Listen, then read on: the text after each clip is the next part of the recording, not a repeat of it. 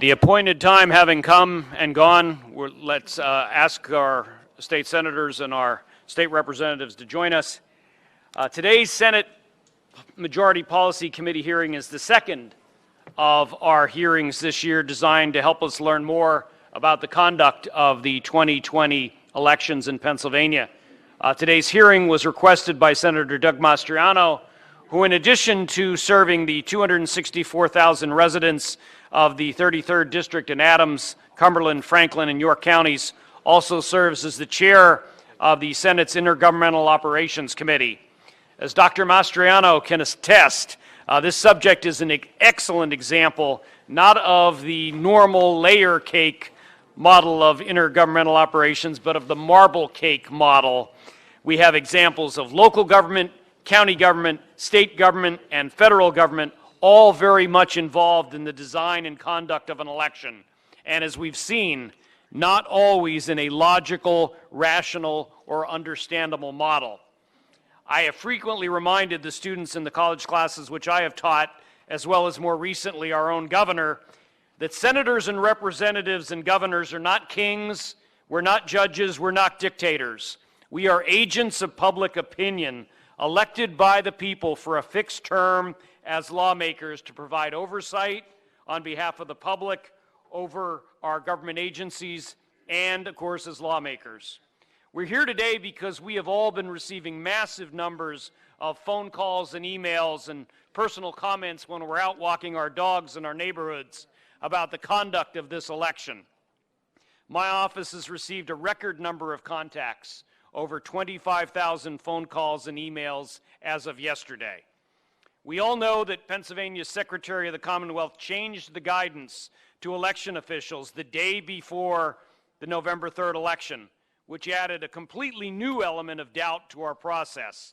Issues that should have been resolved by the legislature, as recommended by Supreme Court Justice Max Baer, were instead carried out by the Secretary without the approval of the Senator of the House. This committee held a similar event in January of 2020 on recent changes to our state's election laws. At that time, the Secretary of the Commonwealth assured us that this process would be carried out smoothly. The large number of complaints which we have received from our constituents tells us a very different story. That's why we're here today, again, as agents of public opinion. Senator Mastriano and his staff have assembled a number of witnesses who will share their experiences with us regarding the conduct of this year's election. We look forward to listening to that testimony. But before we turn there, I want to introduce my good friend, our caucus administrator, and as of December 1st, our incoming majority leader. Congratulations to Kim Ward. Thank you for joining us. Please, Kim, your statement. Thank you, Senator Argyle. And thank you, Senator Mastriano, for inviting me to participate in what I think is very, very important to the people of Pennsylvania. As Senator Argyle has said, we have been inundated with calls and emails and messages in our social media. People are not feeling good nor confident about the process and the results because of that process.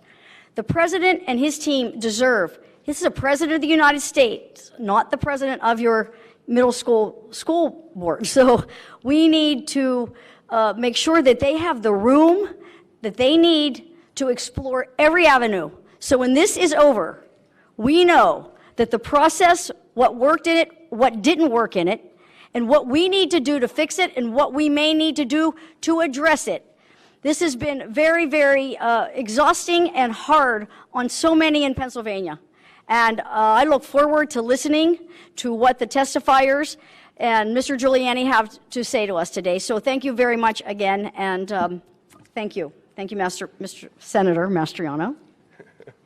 Thank you, Kim. Senator Mastriano, please. Thank you, Senator Argyle, and Senator Ward, thank you for being here and supporting this here, and welcome everybody to this most historic occasion and this most historic town. And what happened here in 1863, I think today we're going to see a turning of the tide, because we have not really heard the truth of the arguments made on the other side on what happened.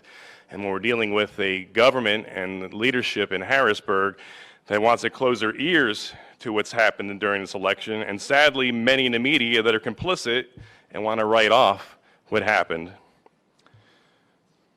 So for me, on this battlefield and remembering what happened 157 years ago, especially 157 years ago last week, where Abraham Lincoln gave his most famous address, and I think his final sentence captures why we're here today. He said that this nation, under God, shall have a new birth of freedom, and that government of the people, by the people, for the people, shall not perish from the earth. And everything is at stake in what happened during this election cycle. Everything. The republic is at stake. This is no game for us. And for any veteran in this room here who wore the uniform, such as Brigadier General Scott Perry, thank you for being here, sir.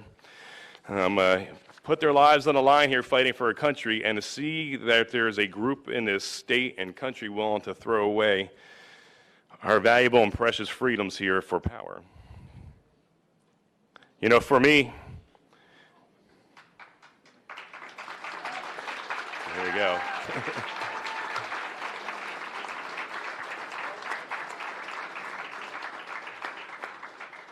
And Mr. Mayor, it's going to be a fantastic hearing today. Despite pleas from our citizens, the governor refuses to even consider that there was any shenanigans in the elections here in our state, a state of 13 million people, and he wants to discount because his guy won that nothing bad happened, and that's just unacceptable. If there's any hint of fraud out there, we need to investigate. Any governor serving the people, this Commonwealth, would put aside his petty politics, and find out the truth if anyone was defrauded. And at this point here, he's unwilling to do that. Let me point out some hard facts here. We are in Adams County, named after our second president, John Adams, who famously said, "Facts are stubborn things." Let me lay out several of these inconvenient truths, as Al Gore would have us think. There have been many allegations of voting law violations across the state, and the governor serving the people would have to move heaven and earth to ensure no one was defrauded, but yet he's not moved to action. And even his Secretary of State, of course, says that there was no shenanigans of great concern. And I'll remind everyone that I was a no vote on the confirmation of Kathleen Bookvar 4 times that I interacted with her. I asked her, why are elections in Afghanistan more secure than in Pennsylvania?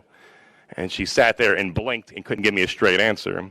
That elections are more safe and secure in a war-torn country devastated by conflict since 1979. What is going on here? The place where this all started in 1776, and we can't get an election right?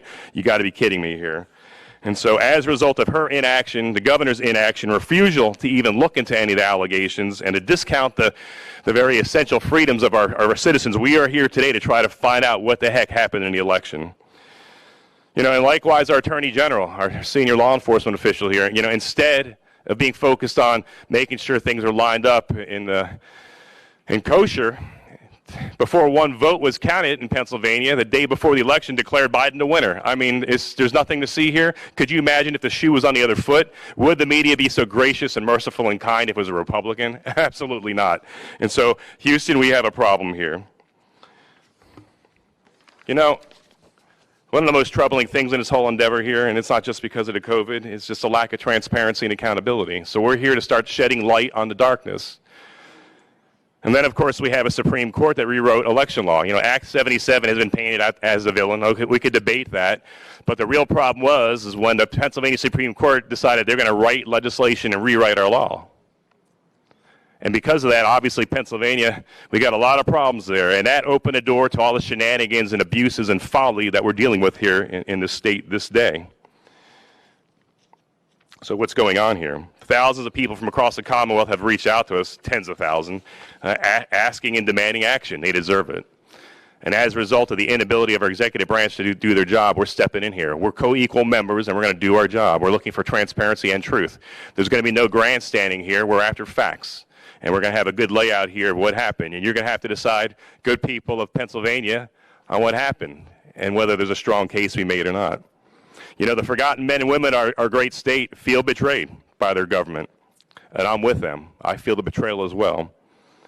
So we undertake these proceedings today to find out what happened, and then hopefully come up with an approach where that never happens again. And the issues are galore. You're going to hear about poll watchers being denied access, where election software vendors refuse to testify before the General Assembly. What do they got to hide? Do we expect the people to trust their government? And we got to earn their trust. And this is no game, and the very republic very much is at stake.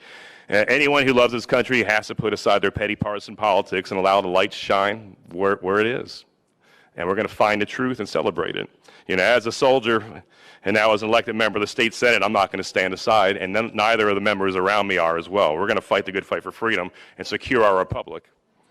Too many good men and women have gone before us here, given their lives here, and to cast it aside now for power play is unacceptable and it's not going to happen. Thank you.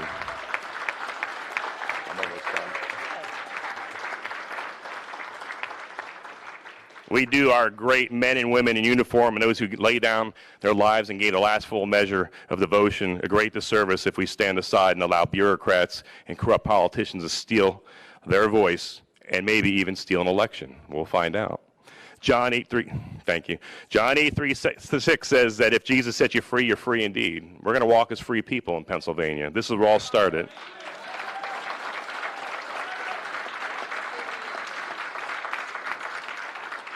We choose this day to walk as free men and women in honor of the sacrifice not only of Jesus on Calvary, but also in honor of the sacrifice of brave men and women in uniform who fought for and secured our freedoms. We will be relentless in our pursuit of the transparency, of accountability, and truth. The time for dithering, politics, and games is over. The time for truth and justice is now. In conclusion, as Benjamin Franklin was leaving Constitutional Hall in 1787, he was approached by Mrs. Powell, and Mrs. Powell ran up to him. We surmise she knew him personally, and she said, "Well, Mr. Franklin, what do we have? A monarchy or a republic?" And he said, "A republic if you can keep it." This is our time to keep this republic. Thank you, and God bless you. Thank you. Thanks, Senator Mastriano.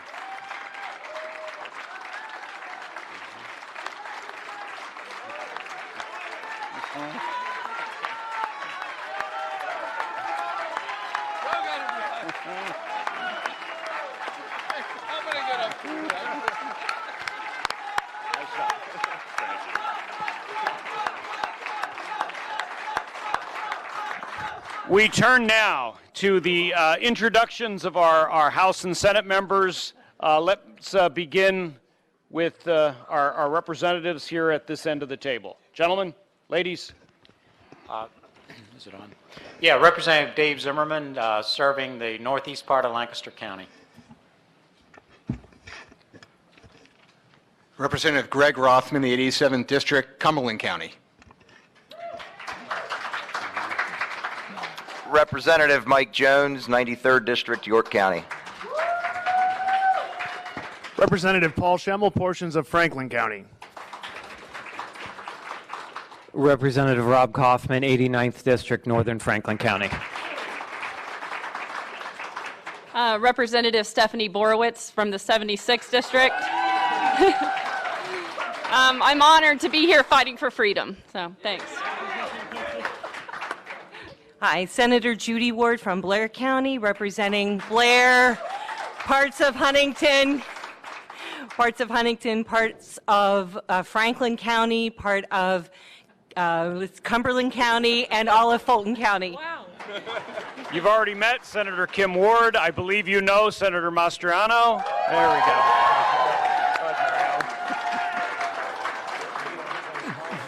Good afternoon. I'm Senator Mario Scavello from Monroe, Northampton County, and I can see New Jersey from my district.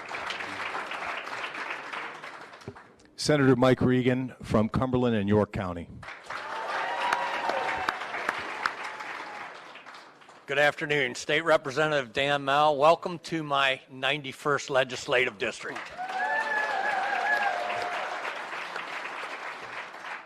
Representative Frank Ryan from Lebanon County, Breakaway Probate. Thank you. We are also joined on Zoom Senator Brooks and Senator Hutchinson from northwestern Pennsylvania, Senator Yaw from the Williamsport area, Senator Stefano from southwestern Pennsylvania, Senator Laughlin from Erie, Senator Martin from Lancaster County, Senator Pittman from Indiana County, Senator Pat Brown from the Lehigh Valley. Also, my job as chairman is to remind our panelists to keep their microphones muted until it is your turn to speak, and also remind everyone to strictly observe our time limits.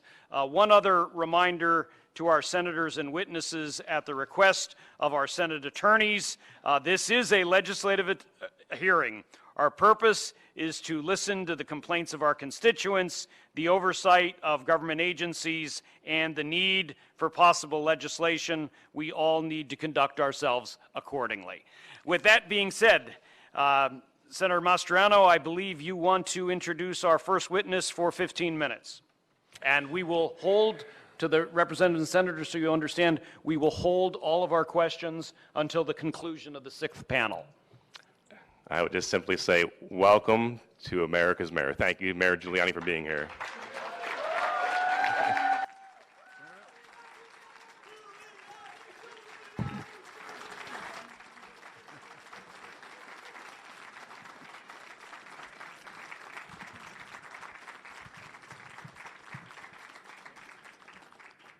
Senators, representatives, Senator Mastriani, and all the distinguished members of the legislature of Pennsylvania, we are very, very honored and very appreciative that you are giving us an opportunity to be heard, which we've been denied almost uniformly by the media and by legislatures elsewhere.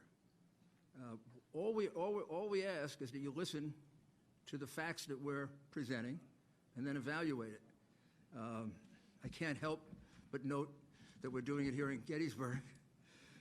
Over 156 years ago, the fate of our country hung in the balance right here on this hallowed ground for 3 relentless days of bloody close combat between 2 armies that lost over 50,000 casualties. The fate of our republic was really decided that we'd be one nation, one union, one government, sharing values that are enormously important to us. And I don't want to overstate it, but I do believe that those values are at stake, not only in this election, but in the way this election was conducted and in what we're going to do about it. Because if we allow elections in the future to be conducted the way this election was conducted, we will have lost our democracy, our representative democracy. During the course of this election, we've come pretty close to losing our right of free speech. There's been censorship that I've never seen before of an incredible nature by big tech, big networks, big companies. They only allow one side to be heard, and they refuse to allow the other side to be heard. It's almost as if they're afraid the American people, if they should learn these facts, will find out just who they are and what they're about. This voter fraud that took place, which, as you will see from the witnesses that we call, had several dimensions to it, several different ways in which it was done. The most dangerous thing is it is very, very similar in at least 6 states that we've been able to study. In other words, what we're going to describe to you with these witnesses happened in roughly the same way in Michigan, Wisconsin, Nevada, Arizona, and Georgia. Primary device were the mail-in ballots. You know there was a fierce debate over whether we should have mail-in ballots in the first place. Many scholars, many experts always felt that mail-in ballots were very dangerous because they're very easy to forge. It leads to more defrauding. We were warned by Justice Souter, among others. We were warned by President Jimmy Carter and former Secretary of State James Baker in a report that they did on how to make elections more secure. They warned us that the one thing to do is do not go to general mail-in voting, because every place it's been used, it's led to tremendous fraud. And that was reiterated, believe it or not, in an article in the New York Times in 2012, an article they have now forgotten they wrote, that explained the same thing. And I think what you're going to find as you study your mail-in ballot procedure here in the Commonwealth of Pennsylvania and then in the 6 other places, this was a terrible mistake. And it allowed the leadership of a party that had become pretty expert at voter fraud to really go wild. So the witnesses we present are going to first show you that in the case of Philadelphia and in the case of Allegheny County and one or two other counties, the mail-in ballots that were received were not inspected at all by any Republican.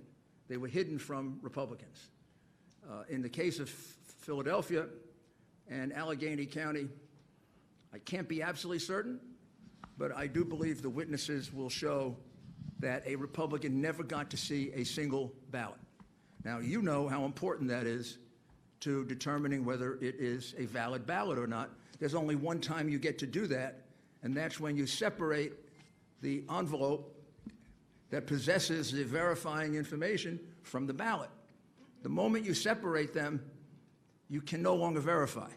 You can't go back and recount. You can't go back and check paper ballot against the machine ballot because it's a private ballot. It's an anonymous ballot. We want to keep it that way.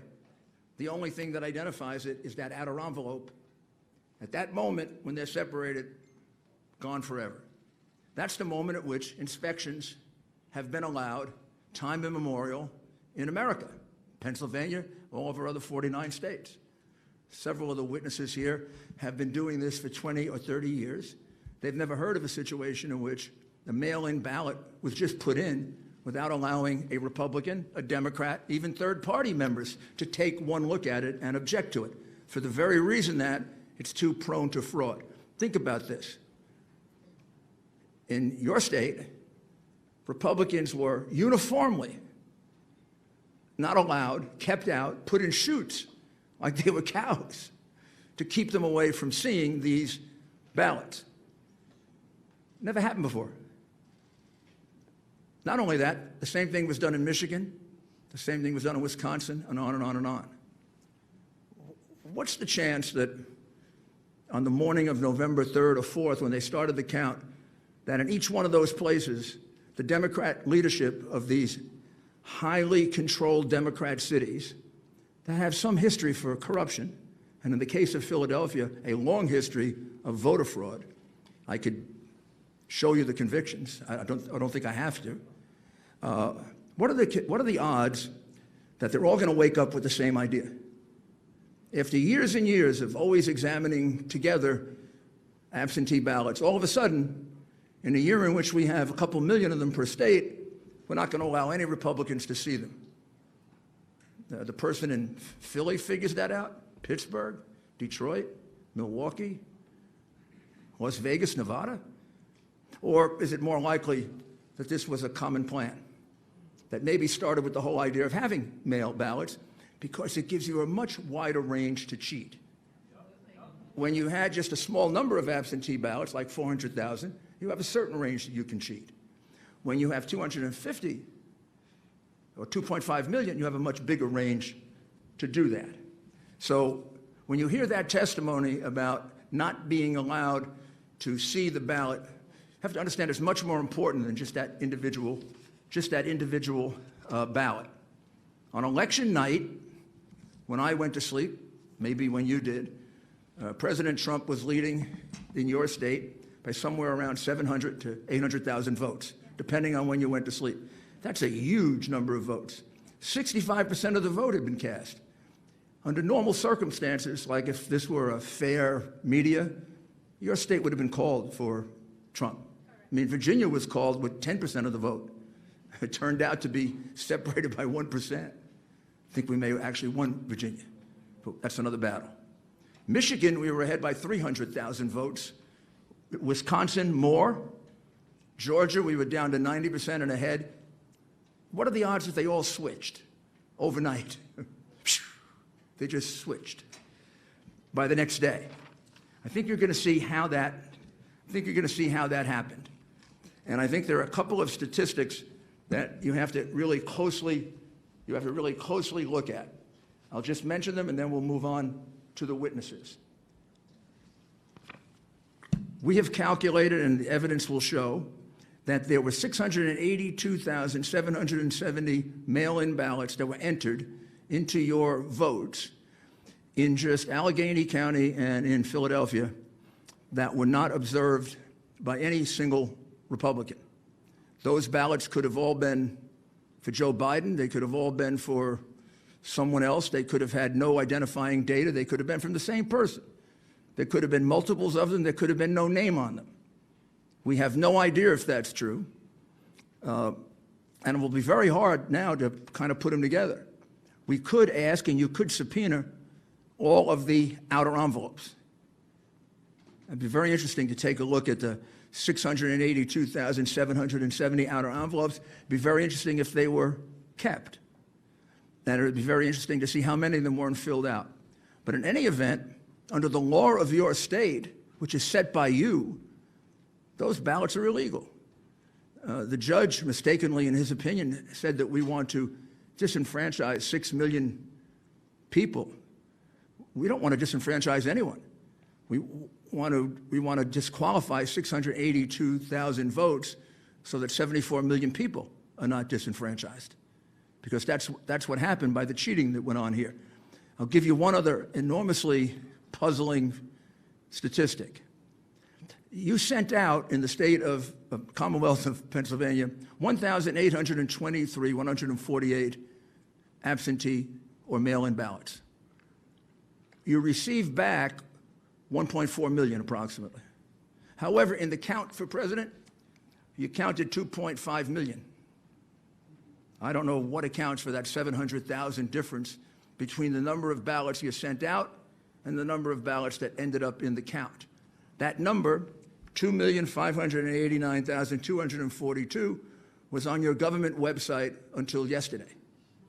And yesterday it was removed without explanation. I'm going to be very interested in hearing what the explanation is. And I can't imagine you could possibly certify without knowing the explanation of that, as well as the explanation to the 22,686 mail-in ballots that were returned on the day they were mailed. That's a trick. How about they were returned, how about 32,591 were returned the day after they were mailed? Another 20,000 were returned before they were mailed. Of course, I think this is a kind of a low count, and I guess the crooks in Philadelphia are disappointed in this. They only submitted 8,021 ballots from dead people, mail-in ballots for dead people. It's probably easier for dead people to submit mail-in ballots than it is to vote in person. You had about 30,000 of those. We're checking the records of the cemeteries around Philadelphia. You have 4,984 mail-in ballots that were never requested, and on and on and on and on. Your election, because of these two counties and maybe one other, is a sham. It's a disgrace to your state. And finally, I don't need to remind you of this. I think I need to remind America of this. The election for the President of the United States is governor of your state. It's not run by your election commissioner. The United States Constitution makes it clear who has the responsibility for running this election. Article 2, Section 1, Clause 2 of our Constitution doesn't say that ABC gets to call the winner or CNN. It says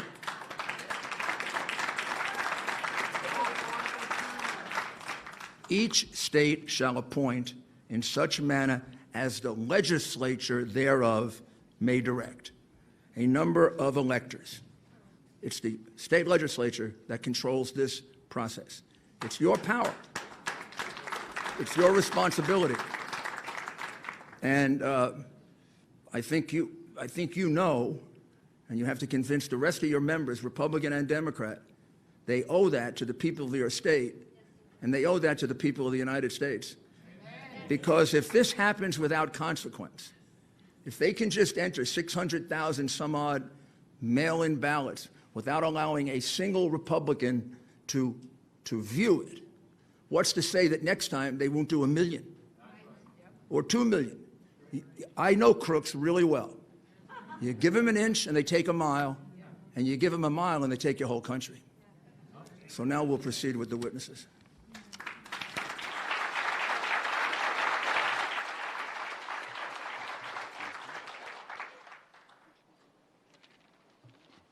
Thank you. Thank you very much, Mr. Giuliani. I've been informed that we have also been joined on Zoom by Senator Kristen Phillips Hill, Representative Don Kiefer, Representative Barb Gleim from Central Pennsylvania, Representative Darrell Metcalf from Butler County, and Senator Langerhoek from Johnstown area. Senator Mastriano, would you like to introduce our next panel for the, looks to me like several people for 15 minutes as well? Yes, thank you, Senator Argo. So our witnesses, first off, Jenna Ellis, do you have any comments for the floor? Or? Thank you. Legal advisor to President Trump. Thank you very much. And I'll reserve my comments for the end, and I would just echo everything that the mayor so eloquently stated. Thank you very much. Thank you. This is a revised list here. So we'd like to call forth Justin Queter from Philadelphia. Justin, are you here? Okay, outstanding. If you can come up to the table, please, my friend. And Kim Peterson out of Pittsburgh. Kim, are you here? Come forth, please. We have a seat for you here. I guess we were going to do 4. Okay. Leah Hopes, where are you, Leah? Please come forth. Yeah, Kayla, could you push those 2 chairs over? Thank you. And that American flag is mine. If you set it on the table, I'd appreciate it. Thanks. And then Greg Stenstrom from Delaware County. You're zooming in, I believe. Oh, he's here? Yeah, of course, I met you. Come on over, brother. We're going to swear him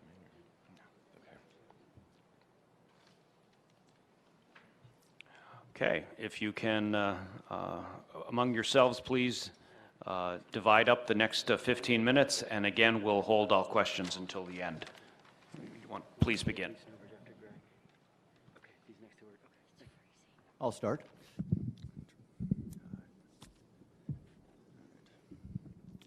Thank you, senators and representatives, for inviting me to this important hearing. My name is Justin C. Queter, Kweder. I am a resident and registered voter in the city and county of Philadelphia. I'm an attorney. I am barred here in the Commonwealth. I am a volunteer certified GOP canvass observer. I was present at the Philadelphia Convention Center during the pre-canvass, canvass processing, and counting of the ballots cast in this year's general election. I was first present as an observer at the Convention Center and at the count on Election Day. I returned as a volunteer observer to watch the process every day for the next 10 days. I'd approximate I was there for about 85 hours over those 10 days. Part of the reason that I kept going back was so that I could authoritatively speak about what I saw. And again, thank you for letting me be here. Because what I saw was problematic, to say the least. I can tell you that I am an eyewitness to many issues and irregularities that were observed in Philadelphia with the processing and counting of the vote.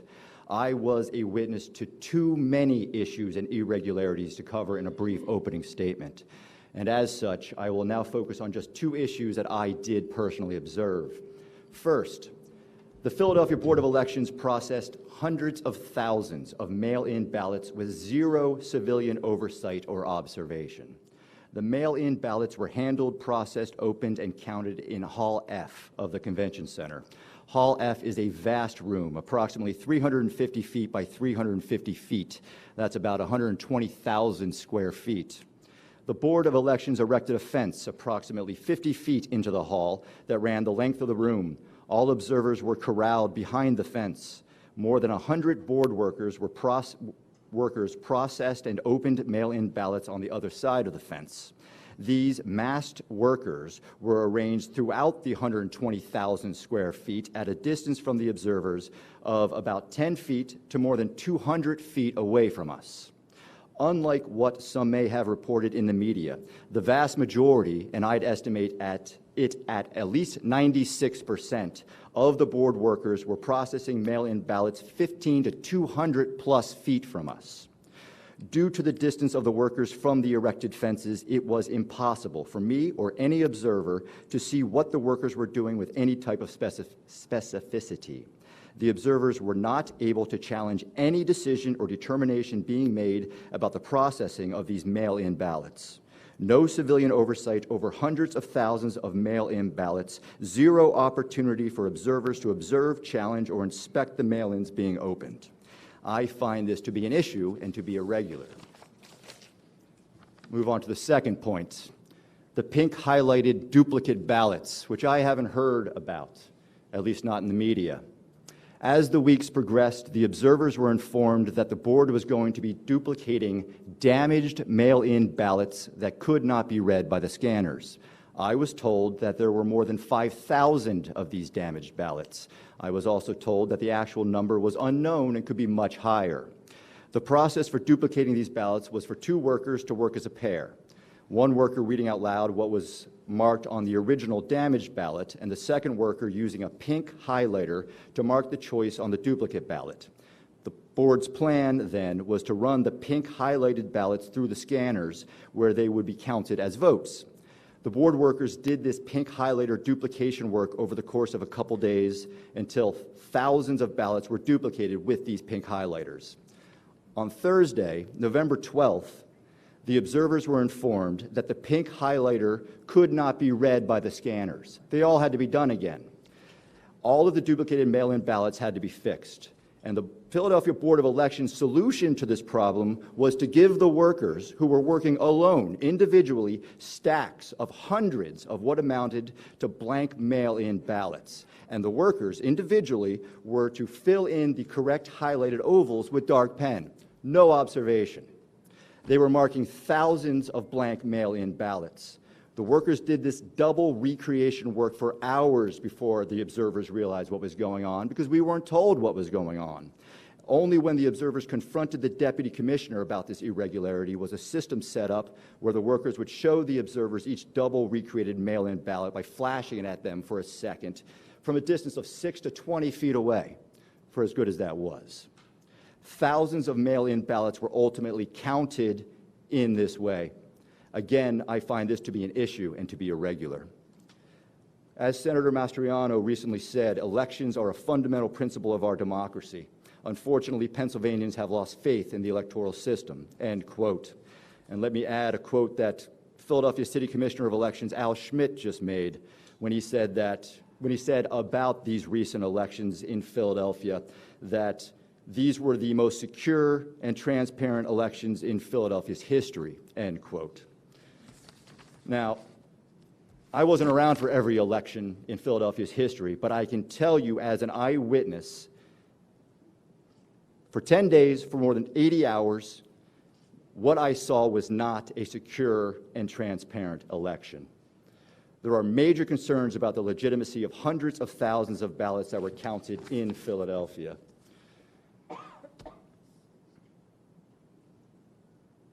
Excuse me. All right. Let me finish with this. May I suggest to you that any restoration of faith on the part of Pennsylvanians in our electoral system can and will only be accomplished after an investigation into this election, only after the law is properly applied to this election. The idea that we can just move on by making sure that the law is properly applied in the next election is, in my opinion, unacceptable.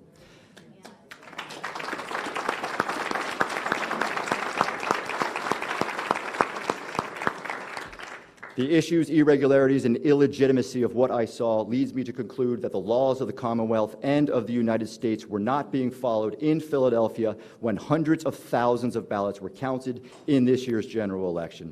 Action must be taken now to maintain our free and fair elections and to preserve and protect our elections' integrity. I look forward to answering any questions that you may have. Thank you.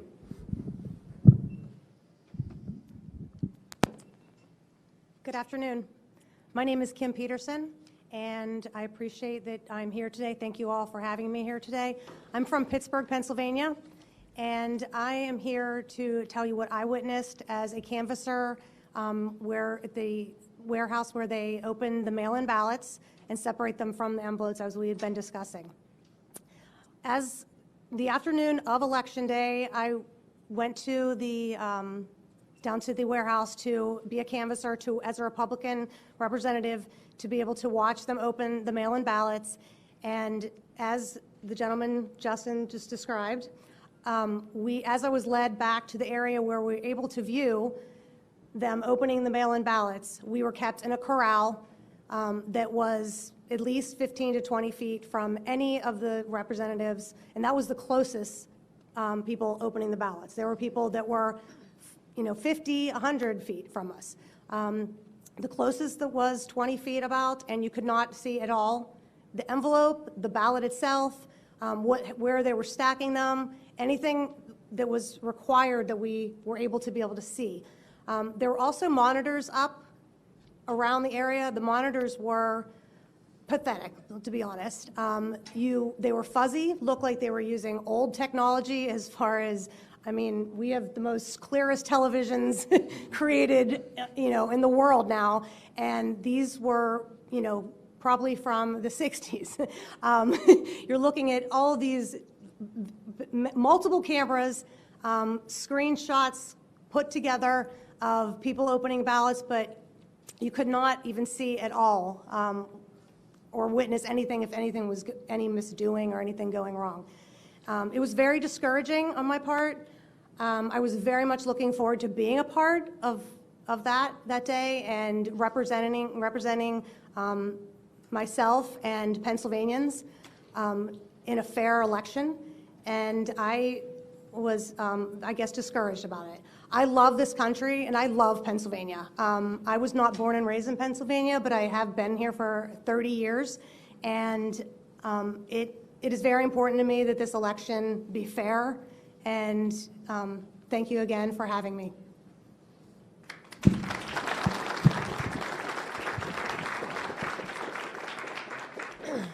First and foremost, my name is Leah Hoops. I'm from Delaware County, Pennsylvania. I was a poll watcher on the day of election, and I was also present at the counting center in Chester, Pennsylvania. So first and foremost, thank you to this committee and all those involved, and especially Senator Mastriano and former Mayor Rudy Giuliani. To our fearless and brave president, thank you for being our shield and putting us first, and I am forever grateful. It is an absolute honor to be a part of this hearing and to finally have an opportunity to speak about what took place in Delaware County, Pennsylvania. I feel as an American that it is my duty to help protect the integrity of our elections, not just for me, but for every American. There are many who have lost life and limb for my right to vote. I want to give a brief introduction and history of how I got involved in this election. 4 years ago, Donald Trump came down an escalator, and I knew that he was here to take back our country. I was born and raised in Delaware County in a conservative home. I was taught from an early age to love thy neighbor, defend your country, and by all means, always speak the truth. I took those values throughout my life and applied them in every avenue possible, which brings me up to the present. And about 18 months ago, I became a volunteer and assisted with a campaign for a magisterial judge. In that process, I was approached by my current chairman and became an appointed committeewoman for the Bethel Township Republican Party. In conjunction with my committee position, I also started volunteering for the Trump campaign, registering voters, and assisting with events. During this time, I started a watchdog group and reached out to the Thomas More Society. Now, associates, we've been focusing our efforts in election integrity. Our greatest efforts have been in following closely the newly elected and completely Democrat-run Delaware County Council and the Democrat Majority Election Board. This also includes any and all contractors, support staff, and any key players involved. What we found was actually concerning. Not only was private grant money used from the Center for Tech and Life owned by Google and Mark Zuckerberg, but pop-up voter sites were also approved. These pop-up voter sites were placed in heavily Democrat cities, including Chester and Upper Darby, Pennsylvania, in which case the grant money from the CTCL was used to pay for electioneering. It was literally a one-stop shop. Walk in, apply, get your ballot, submit, and you were out the door. But where this didn't take place was in heavily Republican and independent areas.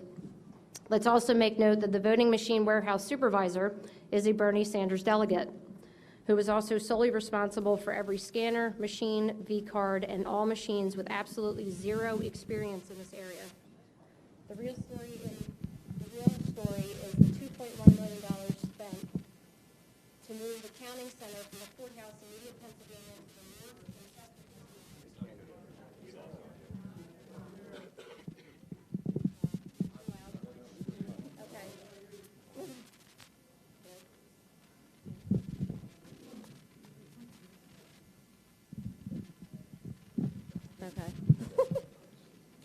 Okay, sorry. Sorry, I forgot where I was. Okay, so the real story is the $2.1 million spent to move the counting center from the courthouse in Media, Pennsylvania, which has been something that has been done for decades, to the wharf in Chester, Pennsylvania. Let me explain to you the layout of the counting center. It is in the middle of a huge parking lot, which sits back on Seaport Drive next to loading docks. It has multi-million-dollar connections to the company Power HRG and Subaru Park Soccer Stadium. The counting center was on the first floor, in which there were multiple places to bring in ballots in and out of, elevators and many rooms in which workers had access. I was there for 3 straight days. What became of concern was the back room, which had no observers, no line of sight or transparency into the process. There was no cooperation, complete resistance from election night and every day after. It took until our lawyer got an injunction to get into that back room in which pre-canvassing was transpiring. Even with an injunction, which was a joke, we were granted 5 minutes every 2 hours, and the setup was sitting in a chair 20 feet from any physical ballot. I truly wish I had enough time today to recreate what I witnessed and felt during those moments, but we did not gather here today just for me and my experience, but rather a collection of experiences from Americans like myself. What I hope to achieve is for the public to understand is that we have stuck our necks out, have been intimidated, threatened, bullied, have spent countless hours away from our families, friends, and jobs. We have signed affidavits under penalty of perjury, which should be consideration enough to know that this is a very serious issue. I'm here for one thing only, and that is to speak the truth. This is not about party. This is about my country. Every American deserves transparency, truth, and be able to question those in power without fear of intimidation, bullying, or backlash. I hope this committee takes action if needed, and justice will be swift to anyone involved in fraudulent activity. The Republic is angry, disgruntled, tired, beaten up, and ready to defend this country.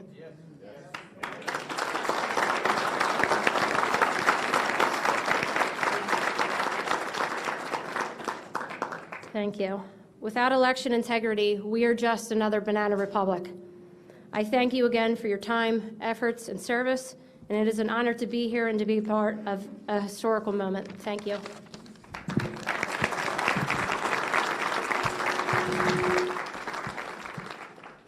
It's a tough group to follow. My name is Gregory Stenstrom. I'm from Delaware County. I'm a father, a family man. I was a former commanding officer and executive officer in the Navy. I'm a veteran of foreign wars. I'm a CEO of my own private company. I'm a data scientist. I'm a forensic computer scientist. I'm an expert in security and fraud. Leah had recruited me for this election, and I was glad. Thank you for that. Thank you. So for the first part of the day, I was a poll watcher in the city of Chester, and I was with just another former U.S. Marine officer, and the two of us were the only GOP poll watchers in the city of Chester, which is about 40,000 people. Because of the consolidation for COVID, there were 7 polls that we were allowed to, that we were able to make it to in 22 precincts. What we saw out there was pretty orderly and exciting. People were excited to vote. One of the things we saw out in the field was that people, quite a few people had done mail-in ballots. So they came in and they hadn't been updated in the Delaware County database yet. So they would come in and say, the database is not showing me on the database, I'd like to vote. So the process, one of the processes was to give them a provisional ballot. And then they would vote provisionally, and then later on their vote would be sorted out. That didn't happen. I observed, and the gentleman that was with me observed 7 different polls where the people were given a regular ballot. So they cast a vote and put it in. We let it happen a few times. We didn't jump all over them. It happened a couple of times. We went up. In all cases, the election judges were very forthcoming, very polite. They apologized and they said they couldn't do it. But that somewhat spurred me to go down to the counting center, which Leah described. It's on the Seaport Ave. It's a remote building, not much around it. and I wanted to take a look. All day long I had been told that there were 10 to 20 GOP poll watchers down there and that everything was well in hand, and out of curiosity I decided to go down. I arrived at 6 o'clock with 4 other gentlemen, again former military and some good citizens from Delaware County, and we weren't allowed to get in until 11 o'clock at night, and we had to get some legal help to get us in. So it took us 5 hours to get upstairs. After that, you know, what we saw here is, what I saw is, I really think the crux of this in Delaware County is, as an expert in this, I think it's impossible to verify the validity of about 100,000 to 120,000 votes. Now, Delaware County has got 425,000 registered voters. Approximately 300,000 of them voted. I don't know what the exact number ended up. Mayor Giuliani nailed that number. But of that number, over 100,000 are in question in my mind. What I saw as a forensics expert was an election process that was forensically destructive in the manner it was conducted, with the envelopes being separated from the ballots and gone to the other side of the room. And the problem with that from being forensically destructive is that when you go to do a recount, okay, the machines did a pretty good job of recounting, so if I have 120,000 ballots, mail-in ballots at one side of the room and envelopes at the other side of the room, it's still going to come out 102,000 votes for Vice President Biden and 18,000 votes for President Trump. I don't care how many times you recount those votes, you know, the ballot's going to come out the same every time. So the notion of a recount in a forensically destructive process doesn't work very well. What we saw there, what I saw there, was a chain of custody in all cases that was broken. It was broken for the mail-in ballots, the drop box ballots, the election day USB V-card flash drives.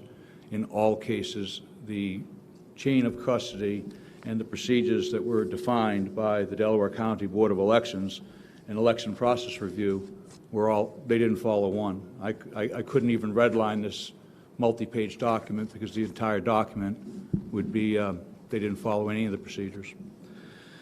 So I personally observed USB V-cards being uploaded to the voting machines by the voting machine warehouse supervisor on multiple occasions. I saw this personally. I brought it to the attention of the deputy sheriff who was there stationed, who was a senior law enforcement officer, and I brought it to the attention of the clerk of elections.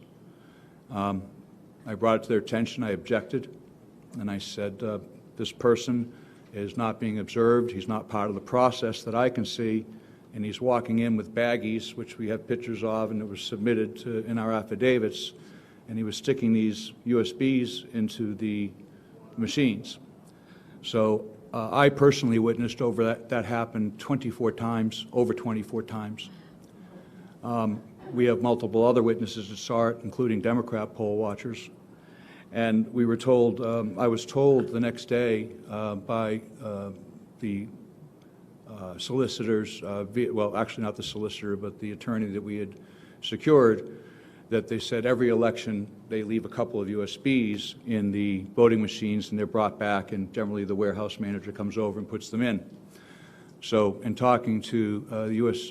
Attorney General McSwain and other law enforcement officers, I found out that was not the case, that generally, you know, more than 2 is unusual. So they denied they did it, but as of today, 47 USB V-cards are missing, and they're nowhere to be found. So I was told personally that these 24 to 30 cards that were uploaded weren't there. Those cards, I demanded that they didn't update the vote live time. They only updated it about once every 2 or 3 hours. I demanded they uploaded the vote so I could see what the result was, and it was 50,000 votes. And I think as a computer scientist, an American, and a patriot, it doesn't matter who those 50,000 votes were. I'll tell you they were for Vice President Biden. But what was shocking to me as an American, as someone who has gone to sea, gone to war, that that could even happen. So several other things that came up was on Thursday, it took us 3 days for them to obey the court order that I secured with Leah's help and the help of the Thomas More Society, who we thank, incredibly good patriots. They got us in there. They got the order for us to get in and watch it, look at the back offices, which were locked, for 5 minutes every 2 hours. I went in. I was the first one allowed to go in at 1:30 on Thursday, and then again at 3:30 for 5 minutes. The county solicitor had a stopwatch. On the first time, I was not allowed to touch anything. The second time, I did. What I observed in the locked room in the back office was 70,000 unopened mail-in ballots. They were in boxes of 500, stacked in neatly. The gentleman that came in with me was a Democrat poll watcher, is a forensic pathologist, a very detailed, very dedicated man, and he took meticulous notes as well. And I verified with him, are you seeing what I'm seeing? We both agreed as GOP poll watchers and a Democrat poll watcher that we had witnessed 60 to 70,000. We had a little bit of a disagreement there. The problem with that was by that time, the mail-in ballots had already been counted. So 120,000 mail-in ballots had already been counted, posted, and done. So my question is, where do the 70,000 ballots go? And nobody knows. We have a picture in here of a large number of boxes that I took that were filled with what appeared to be ballots sitting by the Blue Crest machine. They were there for about 3 hours, and then they disappeared. I thought it notable when I watched it, the first when they were taking the ballots up and down. I said, I am an expert in fraud.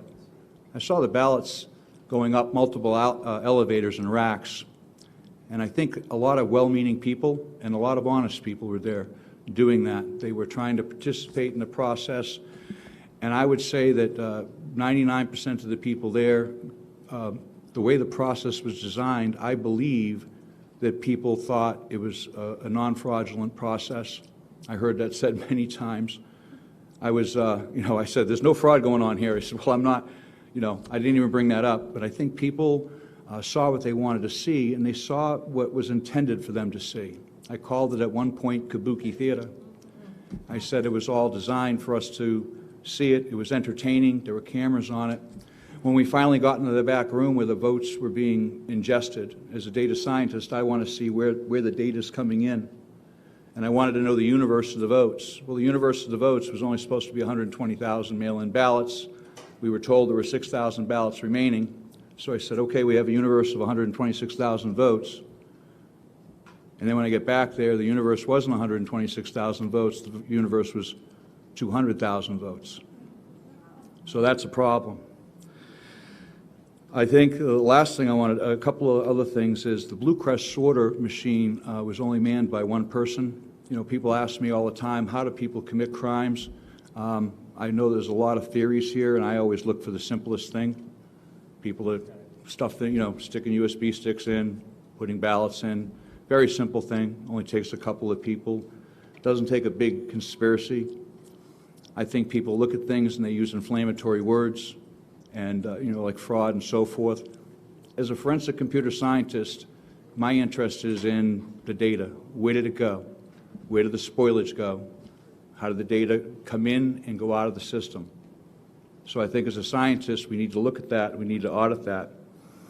What was really upsetting to me, and the most upsetting, was I had spoke to multiple law enforcement agencies and literally begged multiple law enforcement agencies. I said, go in, and I said, in order to prove that nothing's happening, and either exonerate yourselves in the process or refute what I'm saying, please. It's a very simple process. Just go get the forensic evidence from the computers. It's a simple process. You turn the computer off. It's non-destructive, takes moments, maybe half an hour, 20 minutes to do it properly and collect the evidence. You open the computer up, you take a device called a bit blocker, you put it in the hard drive. It's done under the observation of law enforcement officers. They take a forensic image of the drive, put it all back together. It wouldn't have taken more than an hour to image all 5 machines. That was never done, despite my objections, and that was 3 weeks ago. Lastly, when they said, well, we've got all the forensic records and so forth. We just learned 2 days ago that virtually all chain of custody logs, records, yellow sheets, everything was gone. All forensic evidence, all custody sheets in Delaware County are gone. They had a signing party where they sat down, and poll workers were invited back to recreate those logs, and our understanding as of today was that they were unsuccessful in getting them all. So we have a situation where we have 100,000 ballots to 120,000 ballots, both mail-in and USB, they're in question. Now, there's no cure for this. There's no remedy for this. As a home charter, we could have a re-election in Delaware County for our own representatives within our own town, but there is no cure for that for the President of the United States. And I don't believe, as a citizen and an observer to this, that anybody could certify that vote in any good conscience. And if the Democrats that were part of this process, had done things, followed their own procedures, which they created almost unilaterally, we would be in a situation where they could exonerate themselves and they could say, Mr. Stenstrom, you've been misinformed. We have evidence here that refutes what you say. But that's not the case. They can't do that. So I say, if you can't certify that vote, and you can't certify 100,000 votes out of 300,000, then you can't certify Delaware County. And I'm done, and thank you for your time and patience.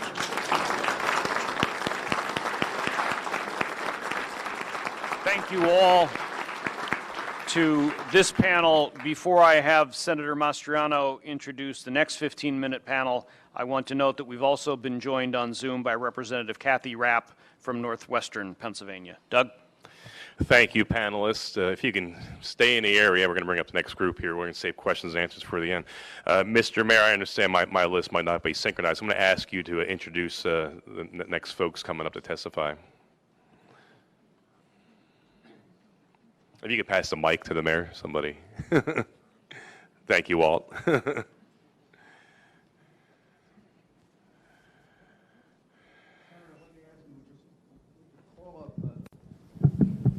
Call up four more witnesses like this, or we could now put on the statistical expert who could explain some of this, and then put on the additional witness. Either way you prefer.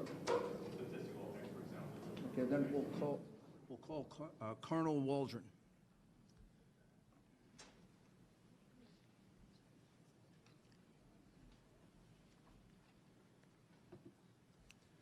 And if you don't mind, if I can interrupt and ask him a few questions, I can probably get it directed.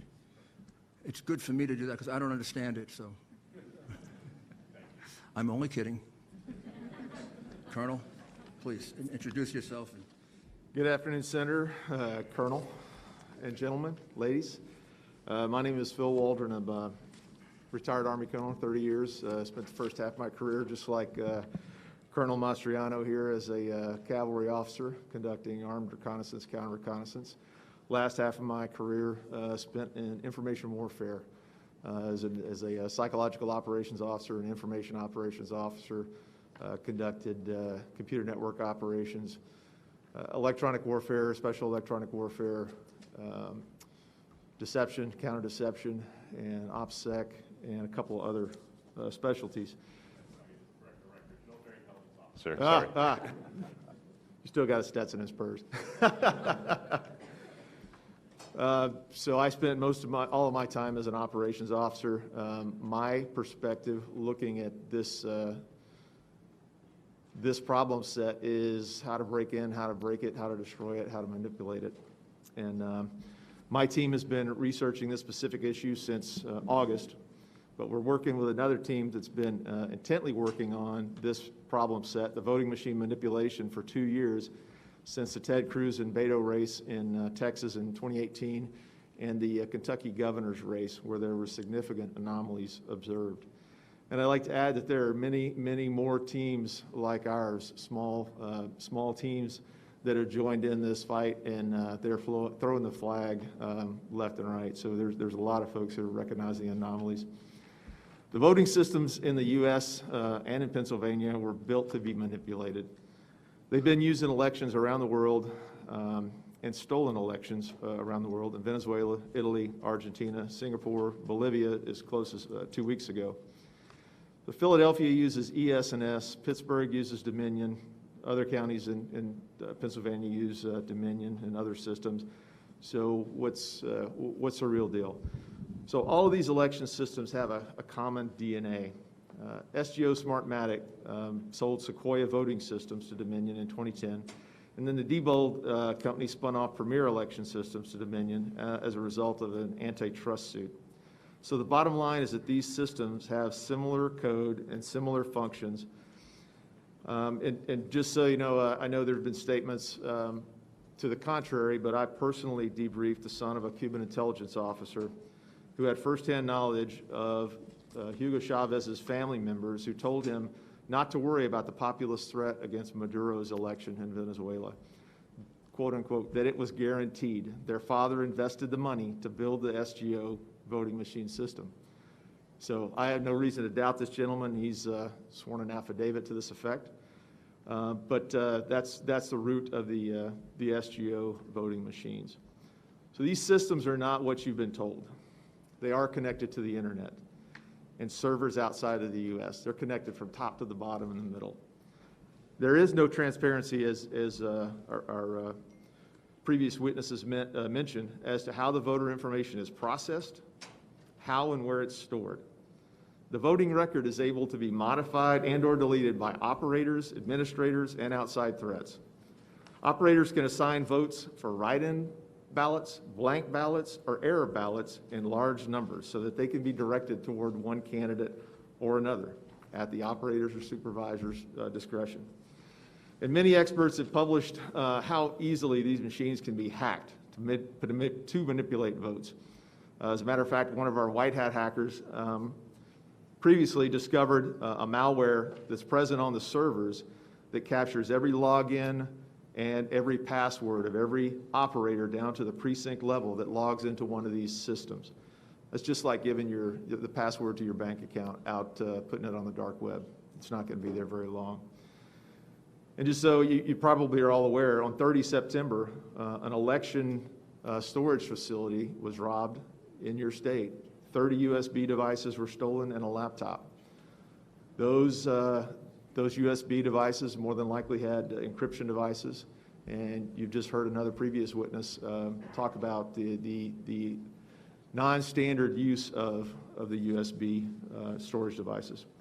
So these systems, in a nutshell, allow authorized and unauthorized users to cancel votes, shift votes, preload votes, vote blank ballots, all in real time and in large numbers. They're connected from the top to the bottom. So one bad actor or a team of bad actors can have equally negative inputs. It's been described by another person in another state that we're working with, just like the lotto.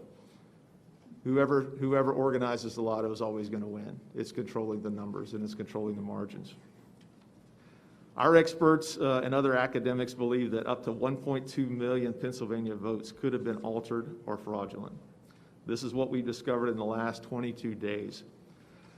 Really, only a detailed forensic analysis of the actual machines and software will truly show how many Pennsylvania citizens have had their civil rights violated.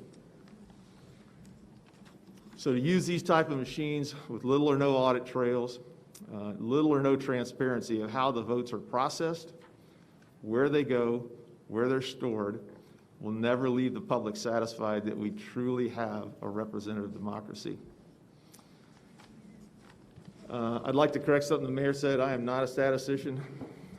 I'm a combat officer and didn't do well in math. But I can understand the numbers that he put out earlier.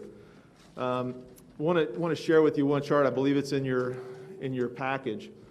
So what our team has done is focused on the spike anomalies. And these are events where a numerical amount of votes are processed in a time period that's not feasible or mechanically possible under normal circumstances.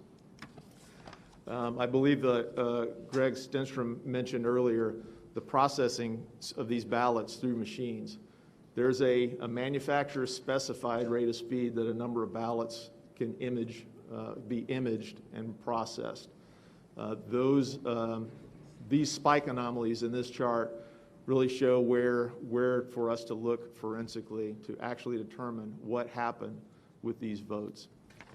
Our team has looked at these systems, and there are a dozen ways to interdict the voting process in these shoots, whether it's mail-in ballot manipulations. They can scan and allocate votes, blank votes, whether it was the 70,000 votes left in the back room. There's just lots of ways to interdict these systems. So with that, I'll answer any potential questions. Thank you. Next panel, please. Could I just Yes, sir. ask him to clarify one or two things? When we look at this Pennsylvania fixing the vote chart that they all have, could you explain at the very beginning what that line means, Biden injection? So at the very beginning of the chart, where there's a circle, it says on election day. What that indicates is there is a spike in loaded votes, 337,000 plus or minus of some votes that were added in there in one big batch. So that was an anomaly in the reporting. Normally you would expect to see a smooth curve going up, not any big spikes. That's kind of what Greg was talking about, the anomalies of loading and uploading those votes. So that big spike that occurs there is a prime indicator of fraudulent voting. And that's 604,000 votes in 90 minutes, is that right? Correct. This is 337 votes, 337,000 votes in that in that period of time. Yes. And when you look at this entire curve with all these spikes, can you calculate how much of a vote that accounted for Biden and how much for Trump? Close to 600,000. I think our figures were about 570 some odd thousand that all those spikes represent over time. For Biden? Correct. And how much for Trump? I think it was a little over 3,200. How about that? Now, just to go back to your original document, this one pager that they all have. Mail-in ballots counted without being observed. Those are the ballots we were talking about that were not observed in Allegheny County and in Philadelphia. Correct. Is that right? 682,770.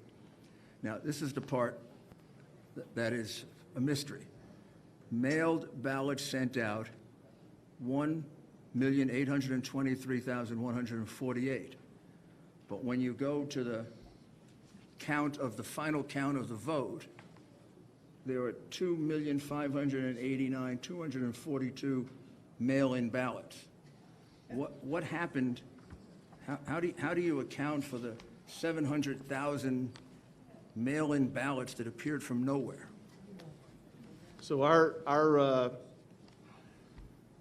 cyber team uses white hat hacking techniques. They gather a lot of publicly available information, and that information was from the Secretary of State's website. That website has been updated as late as 11/16 this morning with provisional and mail-in ballots, so those numbers are still changing. They changed last night, so it's a continual target. This is 22 days after the election. That number, the 2.5 million number is no longer on the website. Just been taken off? It's not there anymore. Is there any explanation for why it's been taken off? There was no annotations. But has there been a change made in the 2,589,242 mail-in votes that have been counted in the total vote? I'd have to check the Secretary of State's website as of. And could you also after check and see, 11/16. is there any change in the 1,823,148 ballots that were sent out? The mailed-out ballots number seems to be holding steady. And was there any other method of producing ballots other than sending them out? Not that we're aware of, unless as previous witnesses have testified that the potential for multiple ballot counts. So ballots could have been And have you ever counted gotten a twice. chance to examine any of these ballots? No, that would be part of the forensic process. One suggestion, whoever does the analysis is using paper and ink analysis with a microphoto spectrometer that would analyze the ink on those ballots to see if they were mass produced. So in addition to the 682,770 ballots that were entered without a single inspection of any kind, there also appear to be something like 700,000 ballots, mail-in ballots, that were never sent out, that were counted. There are noted discrepancies in the That's a Secretary of State's pretty big report. discrepancy. Yes, sir. And that's been there. Thank you. We do have to press on to the next panel since we have a lot of questions pending here. Mr. Mayor, could you introduce Sure. the next panelists? So now we have Jane Winters, Gary Feldman, who's going to be on a Zoom. Is he here? Well, then have him come up. Yeah, please come up as you're called. I believe Charles Nudo, N-U-D-O, and David Shestakis.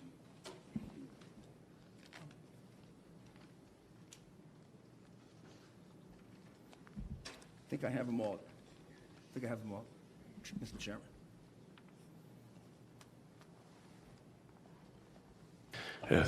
Thank you, gentlemen. We'll start with the men physically in the room here with your testimony, and then go to the Zoom after that. So please. Thank you, Senator.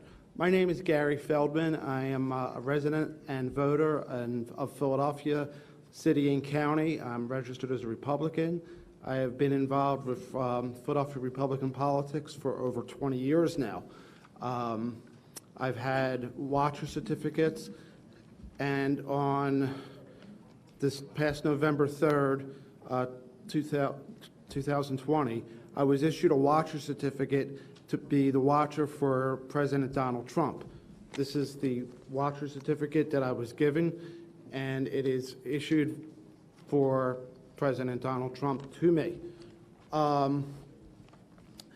These watcher certificates, I'm not sure the exact year, I'm going to say about 2002 or 2003, are now for county-wide. So everywhere in the county, the watcher certificate is good for. So Philadelphia is city and county, so this watcher certificate, which reads, this certificate authorized the individual to watch in any ward or division in Philadelphia. And that's what the top line. If you want to see the watcher certificate, I'll gladly bring it up. So anyway, I was in my vehicle as kind of like volunteering for the president with an attorney, and he was monitoring any kind of problems that could happen in Philadelphia. His name was Will Chamberlain, and he was pretty good on Twitter and other social media stuff. So we got a word that they were not letting Republican watchers in the polling places in South Philly. So we went to a place which happened to be a funeral parlor where they were doing the election, and I walked in with the watcher certificate in both hands to make sure that they wouldn't snag it out of my hand. They immediately wanted me to identify myself. One of the problems that happens is the Republican watcher certificates are this gold-orange color, where the Democrats are like a light blue. I've never really seen one, but I heard they're light blue. So they know right away that we're Republicans coming in there to watch. So two two poll workers, I don't know who they were wearing masks and everything. I produced a certificate, and she starts saying it's not good here. And I'm like, it is. And I said, please read the top line. The gentleman that was with her said, would you like to go outside and talk about this? You know, I was not looking for a confrontation. And the other thing is, too, is I did have my bandana on. They had their face shield, but they weren't practicing social distancing. They were right on top of me. So we did step outside because he wanted to step outside. Will Chamberlain is not a Philadelphia resident, so he's not issued a Philadelphia washer certificate. And he proceeded to take a video of me having a confrontation on the street with these two, I don't know who they were. I don't know if they were poll workers. You know, they never identified who they were.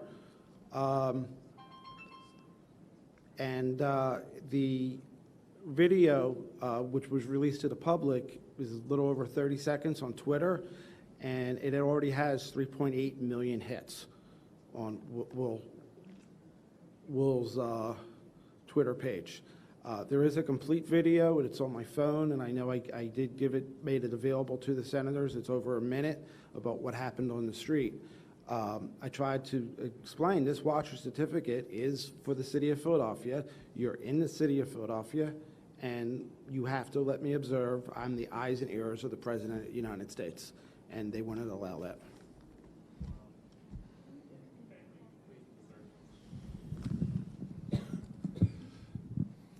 Thank you for the opportunity to be, excuse me, be here today. Oh, sir. Yeah, I just want to add another thing that's really kind of crucial.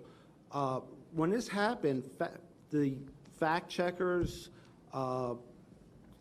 group or organization, I don't even know what they are, started to put disclaimers on the video. Fact checkers said they contacted me. Fact checkers never contacted me. Fact checkers said that it was a misunderstanding. They said the commissioner's office tried contacting me. They used the name Kevin Feely from the commissioner's office. I don't know who Kevin Feely is. Nobody from fact checkers called me. I don't even know if they have my phone number. And the commissioner's office did nothing to follow up on any of this. I did see Commissioner Al Schmidt when we were doing the canvassing, but we didn't mention anything about what happened that day.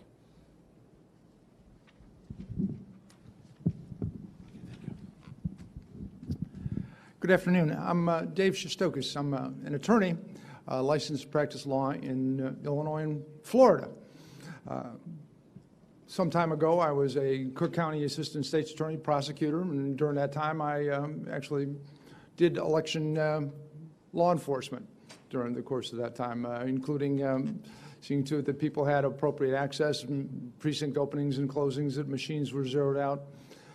Since that time, I've either been a candidate or a campaign in over 10 other individual elections. And in 2016, I actually worked as a volunteer for the Trump-Rubio campaign in Broward County, Florida. Discovered them opening mail-in ballots in a locked room. Before that was all said and done, we actually had a Broward County judge monitoring everybody's access. He was actually on site monitoring everybody's access to see to it that that could happen, see to it that everybody would have appropriate access. Currently, I am lead counsel in conjunction with Judicial Watch in a suit called Illinois Conservative Union versus the Illinois State Board of Elections for violations of the board in terms of the National Voter Registration Act. Given that kind of background to give you some idea of where I'm coming from on this subject.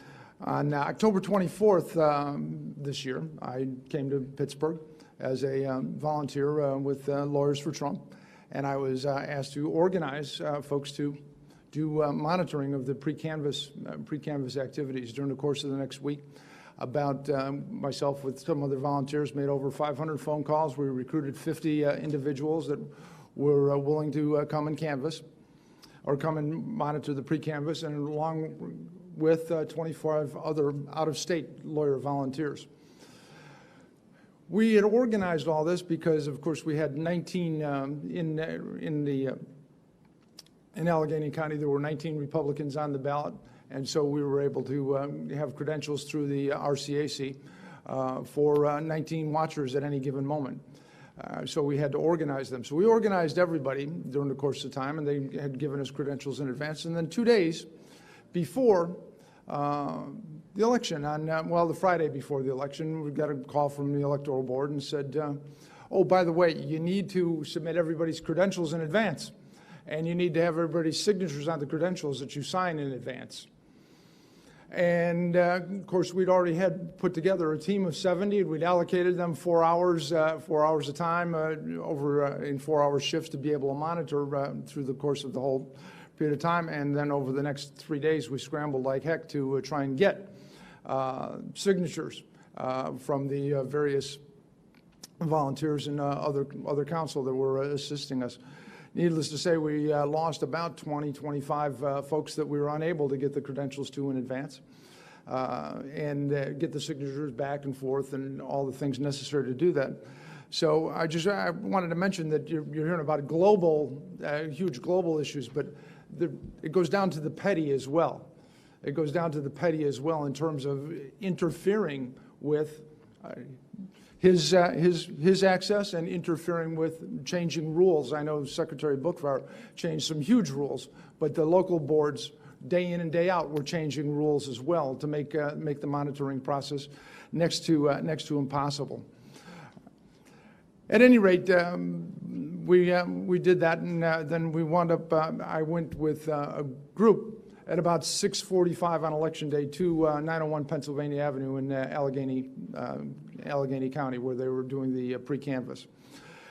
And at the time when we arrived, we were herded into what's best known as the corral. I'm sure you've kind of seen or heard about those things. It was a fenced-in area that was the fence was maybe 2.5, 3 feet high.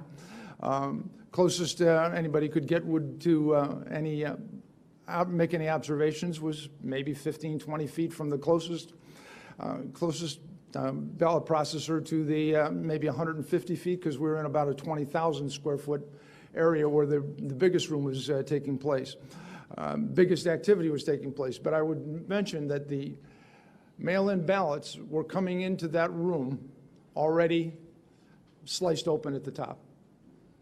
We have no idea when or where the slicing took place, where the opening took place, or what was in fact inside those ballots, inside those mail-in envelopes.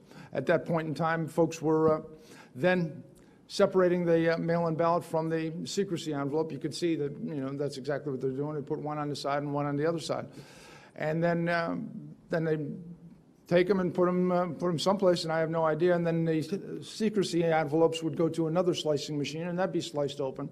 And at that point, then the ballots would come back, and they'd be divided from the secrecy envelopes. We had really no concept of what was going on. In the room next door, there was a smaller room around the corner that you had to leave the 20,000 square foot room. There was one about 7,500 square feet, and in that room there was a machine, and the machine would be apparently sorting things by the barcodes. And then eventually, somehow or other, people would come in with big armloads of ballots from the other room. Apparently with no provenance, no explanation of where they came from. And here's an interesting thing that you guys might consider when you're doing this in the future. One of the biggest bottlenecks would take place at this point in time, because all these ballots came in folded, tri-folded, right? And all the ballots had to be flattened. And so they would take the ballots and put them under big stacks of reams and reams of paper to flatten them out, and then there'd be workers kneading the ballots to try and make them so that they could go through the machines. And when everybody's saying, well, you haven't counted anything for X number of hours, and they said, well, we're trying to flatten the ballots. It was absurd and obscene. So at any rate, that was, and when everybody was waiting, that's what was going on. They're flattening the ballots for most part. And then there was about 6 machines where they were feeding the ballots. And while they had 6 machines feeding the ballots, as they would go in, 2 or 3 would kick out to a different tray than the other tray. And workers sometimes would take the ones that weren't kicked out and put them in a stack, and then sometimes you'd run all of them through again, and sometimes run 2 or 3. We never had any idea if they were zeroing out a machine, what they were doing. I asked the solicitor, the county solicitor who was there. I said, "What's going on?" He told me that this was a Pitney Bowes representative working there that had been sworn in as a county representative, and that sometimes the ballot machine doesn't count those things, and then so he runs them through and zip. But there was absolutely no provenance to what was going on in the counting machines. I have no idea, because of course they would just take stacks of ballots that had been sitting under reams of paper trying to be flattened and then run them through the machine. So we have no idea about that. And so at one point I asked the county solicitor, I said, "Can you describe for me the journey of a ballot from the time it hits the door to the time that it's counted? Where does it go? What's the process, et cetera?" I had a short answer: no. I then asked him, I said, "Can you give me any written protocol about what is supposed to happen? It hits the door, then it goes to a machine theoretically sorted by barcodes, from what I understood from someone else, so that if there's a challenge in advance of the election, they know where to look, because of course at 5 p.m. on the Friday before elections, you can challenge things for people having died and a few other reasons." And but then I asked, I said, "Is there any written protocol for that?" And he said, "No, we have no written protocol for what we're conducting, what we're doing here." So he answered, he's supposed to be the one giving legal advice to people on how to legally handle ballots. And he tells me that he doesn't know how they're handled, and he tells me that there is no written protocol on how they are supposed to be handled. So I might suggest that there was just literally no way to change. I mean, there was no way to challenge. There was no way to look at those ballots. And I would say, in my experience, electoral experience, one of the things that legitimizes elections is the ability of not a disinterested third party to review what the process is, but actually an adversarial third party to review what the process is. And this was completely and utterly absent. I had about 25 other affidavits from other folks that had joined me during the time that had been part of this that describe essentially the same thing over there in Allegheny County. Most of whom were attorneys and had been versed on the comings and goings of the Pennsylvania Supreme Court, which I might suggest ultimately the last decision in Ray canvassing, when the Pennsylvania Supreme Court ultimately said that it doesn't matter how far you're away from the ballots because you don't have the right to challenge anything anyway. I read the opinion and I said to myself, the Pennsylvania Supreme Court just called off elections in the state of Pennsylvania. And I would suggest that the remedy for what the Pennsylvania Supreme Court does lies with the distinguished legislators that are before me. But the fact is if there is no opportunity for anybody to look at them, and the court has the temerity to say, it doesn't matter. It doesn't matter if you come in or not. It doesn't matter how far you are, because even if you're there, you don't have the right to do anything. Sure. If you could summarize, sir, we are running out of Yes, time. I'm sorry. I apologize for being an attorney.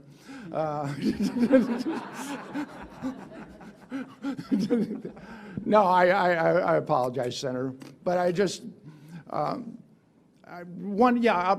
summarize in one thing. One of the guarantees in the United States Constitution is that, in fact, every state shall have a Republican form of government. And I would suggest to you, if the Supreme Court of Pennsylvania determines that they're going to run the state and allow the local election authorities to essentially appoint winners, the state of Pennsylvania no longer meets that guarantee as a Republican form of government. Thank you. Thank you, sir.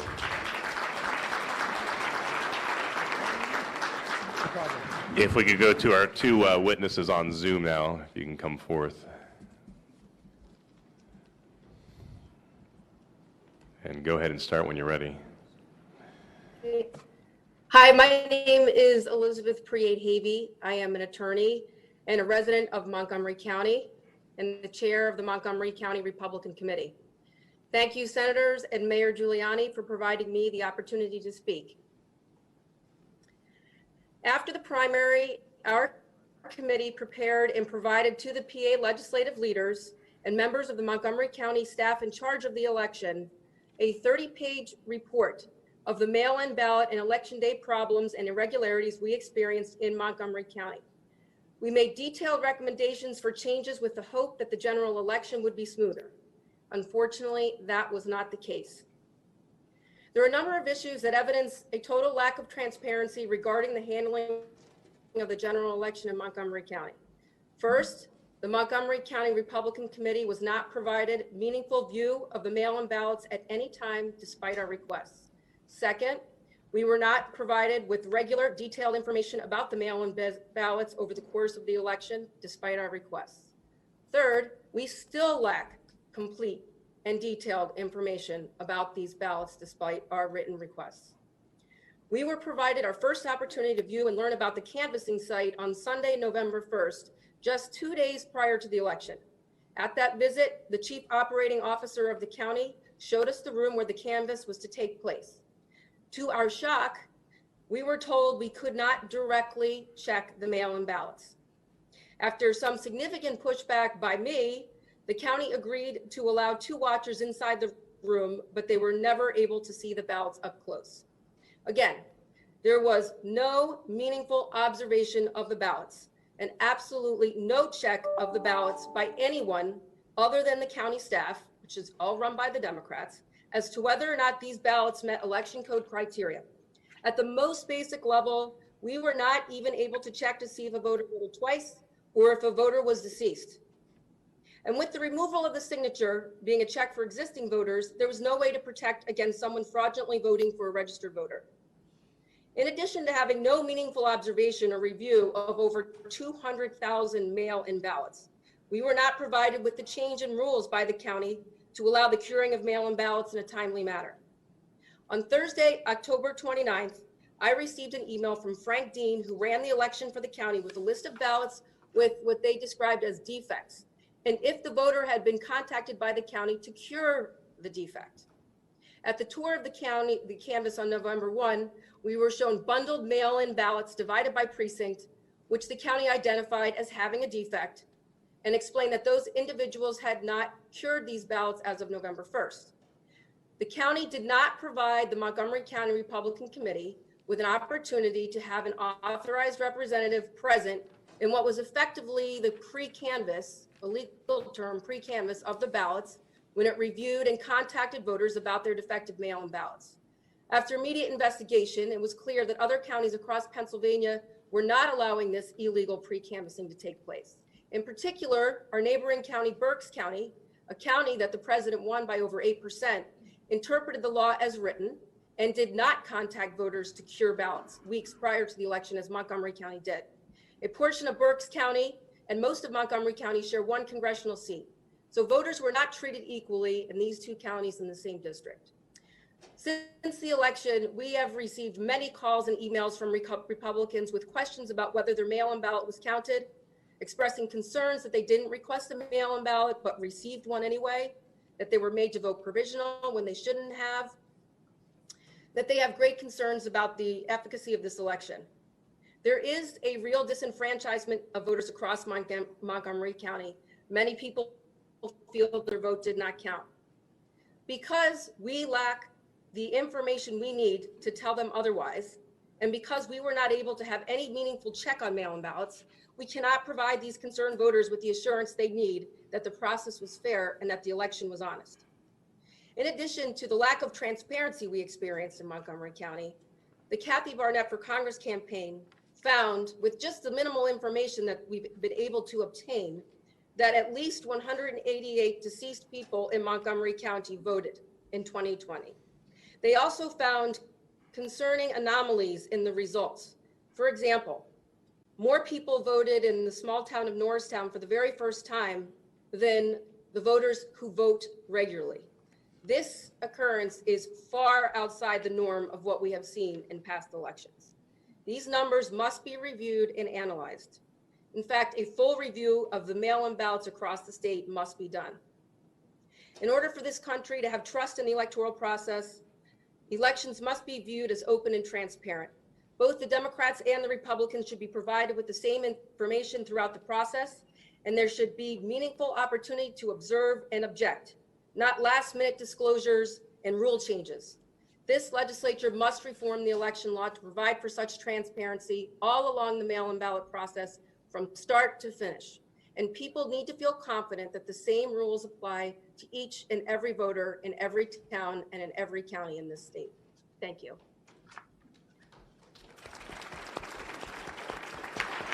Okay, next member on the Zoom, are you up? Thank you.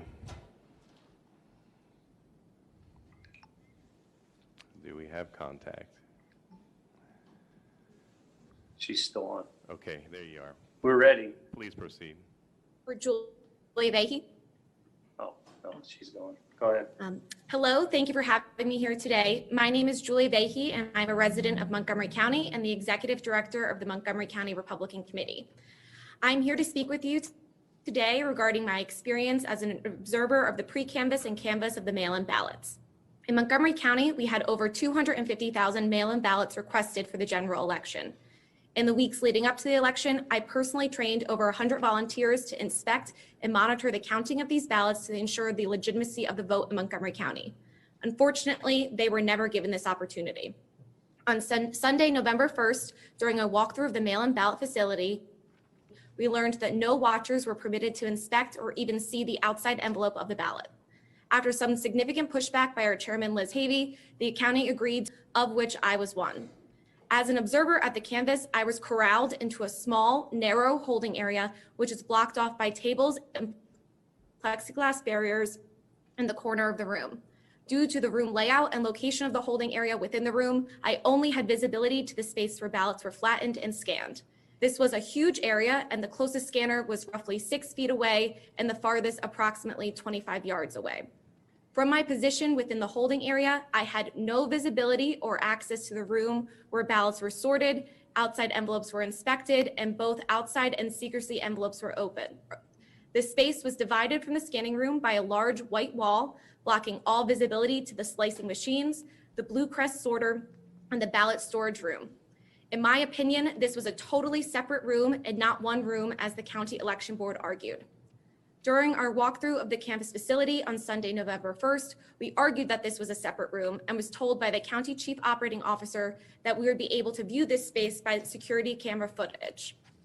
The footage from these cameras was streamed to televisions in a conference room on the other end of the building, which was approximately a 4-minute walk away from where the ballot canvas room was. The system was not set up on our walkthrough day, and it was not until I arrived back at the facility at 7 a.m. on election day that I could see the footage was extremely poor quality, and you could only see pixelated images of workers moving around the room and had no meaningful visibility of the ballots. Over the last 10 months in my role, I have spoken to thousands of voters firsthand who have lost faith in the election processes and procedures in Montgomery County and across Pennsylvania as a whole. Today, I still lack the information needed to properly inform voters that their vote was in fact counted. I thank you for holding these hearings today and hope that the appropriate legislative changes are made to restore confidence in our elections. Thank you. Thank you.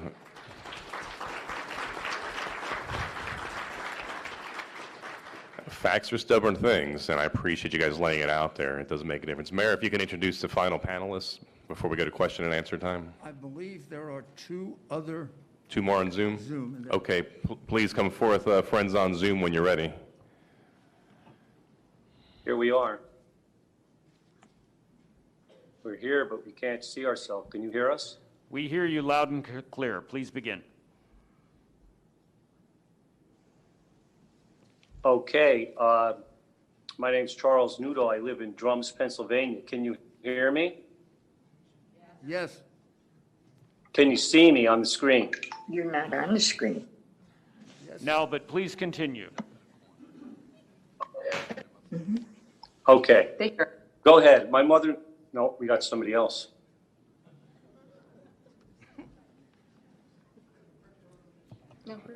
Well, let's go with what we got. Please start. Can you see us? We see two Yes. ladies. Go Can you ahead. see us? Yes, we have the two ladies Go on the ahead, screen. Barb. Barbara Slicka. My name is Barbara Slicka. I went to the voting polls on November the 3rd to vote in person. I waited 2 hours in line, and when I went in, I showed identification, and I was taken up to the polling place. The polling man showed me what to do, turned it on, and said, go ahead. I voted, and I printed it out. And when I got it and I looked at it, Trump was not on there. I voted for Trump and it wasn't there. My daughter, I called her over and I said to her, look, his vote is gone. I voted for him. So I called a poster over and he said, it's not supposed to be seen. It's for privacy. Just put it through the scanner and you're done. It bothered me. It's been bothering me since because I voted, and was it counted or was it flipped? I don't know. And I'm speaking on my mom's behalf also as a witness. My name is Cheryl Nudo. I was there that day. I drove her to the polls. When she got done voting, she showed me the printout. And she was saying how the president's name that she voted for was not printed out when all the other delegates that she had voted for were on the printout. Me not knowing, because I had not voted yet, how the printout was supposed to look, we went to the pollster that was there and asked him why the president and vice president's name did not print out when all the other names of the candidates printed out that my mother had voted for. It seemed very strange, but not knowing any better, we asked, well, what is the next step? And he said, he said that it did not print out because that's for voters' privacy, that none of them vote, but none of them print out. So we asked him what the next step was, and he said to put it through the, so that's what we did, and we left, and it seemed very odd. Then I went to where I live in Drums, Pennsylvania, which is about 10 miles south of where my mother voted. And I voted, no problem. Everything printed out just as, it should. And I scanned it through. So it just seemed very odd. And we wanted to report that in my mother's area, which was Fairview Township, it seemed very odd that it did not print out. Thank you. Okay, I'm Charles Nudo. And by the way, my mother-in-law is 84 years old. She forgot to mention that. Anyway, my wife then, 80. I'm sorry, she's 80. My wife called me that day and she was distraught and told me everything they just told you. So I go to my polling place around 3:30, 4 o'clock here in Drums. And when I first walked in, a young gentleman came up to me, started explaining how to vote. And he said, take the stylus, make your choices, then print it out with a printer that's underneath the machine. And I thought, that's odd. I've been voting since 1992. We never had to print a ballot. And I actually thought it was easier to vote in 92 on the World War II surplus voting machines with the curtain. You did your choices, opened the curtain, and they went click, and everything went. All of a sudden, we have to print a ballot.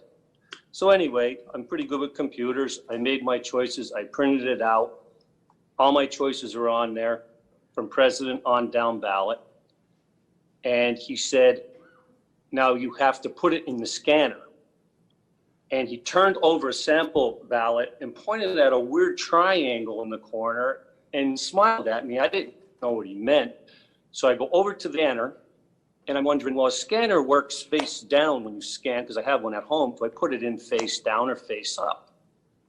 So he's already across the room talking to another gentleman that's about 20 years older than me, trying to tell him how to do it. And I said, are these face up or face down? And he just nodded. He didn't say either way. He just nodded yes. So I put it in face up. So I don't even know if it scanned the blank backside or the voting top side. And anyway, I overheard that conversation, not wittingly or that I wanted to. A man, I'm 58, he was about 78, saying, oh, they said to him, now do you understand? And he said, yeah, I think, but my memory's not too good. And when I walked out of there, I realized it's total voter suppression. My mother-in-law here did not even get a cell phone till last year, has never sat at a computer and keyed anything in her life, has no Wi-Fi or internet service at her house. Neither does my mother. She has a cell phone, but it's a flip type. And these are the people that went by the thousands or millions to our polls and had to go through this system. And I just wanted to point that out. And that's all I have. Thank you. Thank you. Thank you. Senator Mastriano, before we turn to our next panel, I want to note that Senator Camera Bartolotta has joined us from southwestern Pennsylvania on Zoom, and Senator Bob Mensch from the southeast. Doug? Thank you, Senator. Can we go over to the final Zoom panelists? Mr. Mayor, we have more? Oh, okay. Thank you, Scott. Ready? I think we have a surprise guest, Mr. Chairman. Okay. I'm sorry, is it my turn? Just hold off 1 second. Just give me a minute. Okay, it's really hard to hear you guys. One moment. All right. Are we ready, Molly? Jenna? Yes, sir. Okay. Mr. Chairman, may I introduce... Let them finish their testimony. I'm watching. It's fantastic. Well, you might as well. Okay. But let them finish their testimony. He wants to finish? He wants to finish. He wants to finish. Okay. All right. Okay, please, can you hear me on Zoom? If you can introduce yourself and proceed. Yeah, can you hear me? Yes, we got you loud and clear. Okay. My name is Olivia Jane Winters, and I'm a professional organizer and a business management consultant, and I live in Philadelphia. I actually was asked to be a minority inspector in 3615. That's the ward in the division. I was just purely doing this to help my mom out. She's a ward leader in a different area of the city. I'm actually I'm a registered Democrat, and I just wanted to help and make sure it was a fair election. I don't care who wins. I care that it's a fair election. I showed up to the polls at 6:30 in the morning. Immediately, I was met with a hostile attitude from all of the people that I had to work with. That would be the majority inspector, the poll watcher, the machine operator, and a committee man who was electioneering in the polls. He was wearing shirts and a hat and a mask for who to vote for. We are about like an hour and a half in the morning. We have a long line of people. We must have had, I don't know, 60 people in line in the building, snaking around the building. And a woman came up and said, I'd like to turn in my mail-in ballot so that I can vote in the booth. And the girl who was clerking for me said, well, if you want to turn in your mail-in ballot, we're going to need to have you fill out this form, and the majority inspector is going to need to sign the form. The majority inspector had decided in the middle of the morning to go home and was not in the polling place for over 45 minutes. To my understanding, you as the minority, I'm sorry, not the majority inspector, the judge of elections, my apologies. She had gone home. And to my understanding, the judge of elections is not to leave the polling place. So she was out of the building. We needed her to sign this form. The man who was electioneering and was a poll watcher, but also a committee man, confronted myself and the clerk and said, you don't know what you're talking about. Anybody can sign the affidavit. Why don't you stop trying to cause problems? Why don't you shut up? Started getting in my face, cursing at me, telling me that I needed to be quiet, that I didn't know what I was talking about, and I should just learn to sit down and not say anything and just let it happen. And my clerk and I said, no, we're not going to let that happen. That's ridiculous. It says very clearly in our training and on this sheet that an affidavit needs to be signed by the judge of elections if somebody's going to turn in a mail-in ballot before they can go vote in the booth. We made her wait. Finally, the judge of elections came back. Not, of course, before he was threatening me. The majority inspector threatened to slap me in the face. And he told me that it was going to become a quote unquote racial issue. I'm not really sure why that would become a racial issue. It has nothing to do with race. It has everything to do with following procedure and making sure it's an honest election. I felt threatened. I called my ward leader. The ward leader then called the commissioner for Philadelphia, Al Schmidt. Al Schmidt had me call and report that to the DA.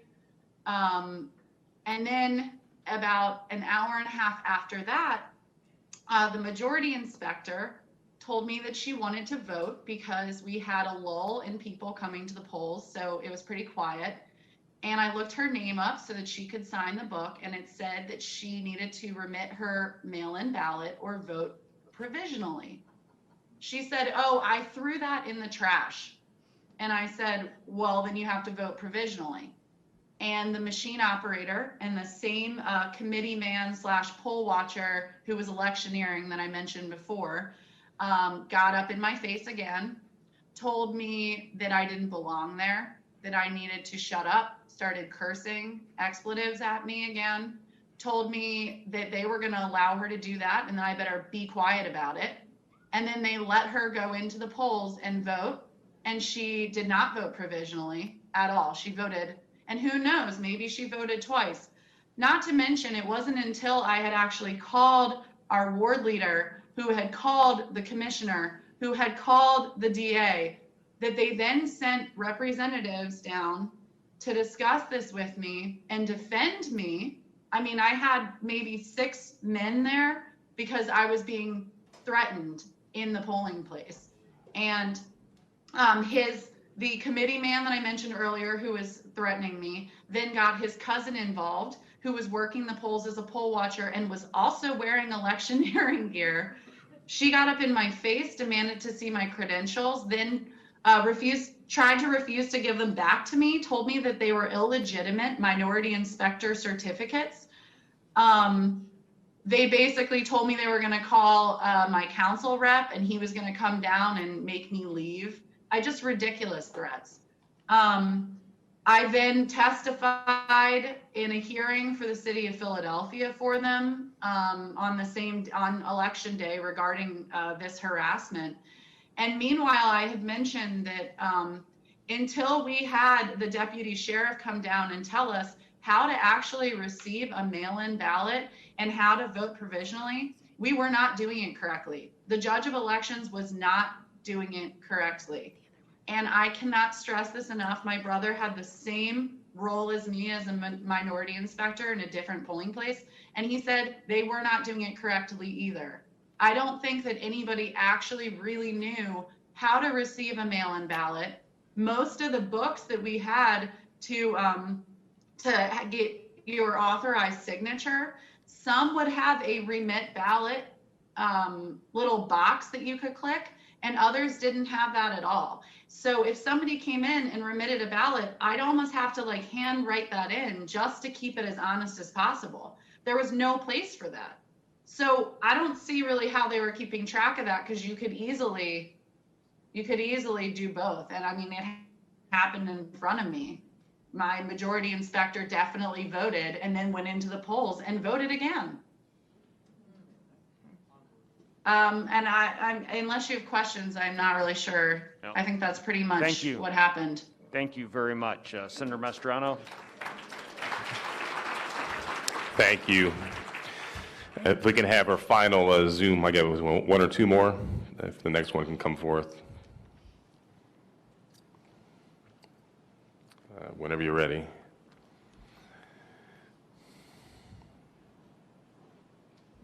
Okay, are you on?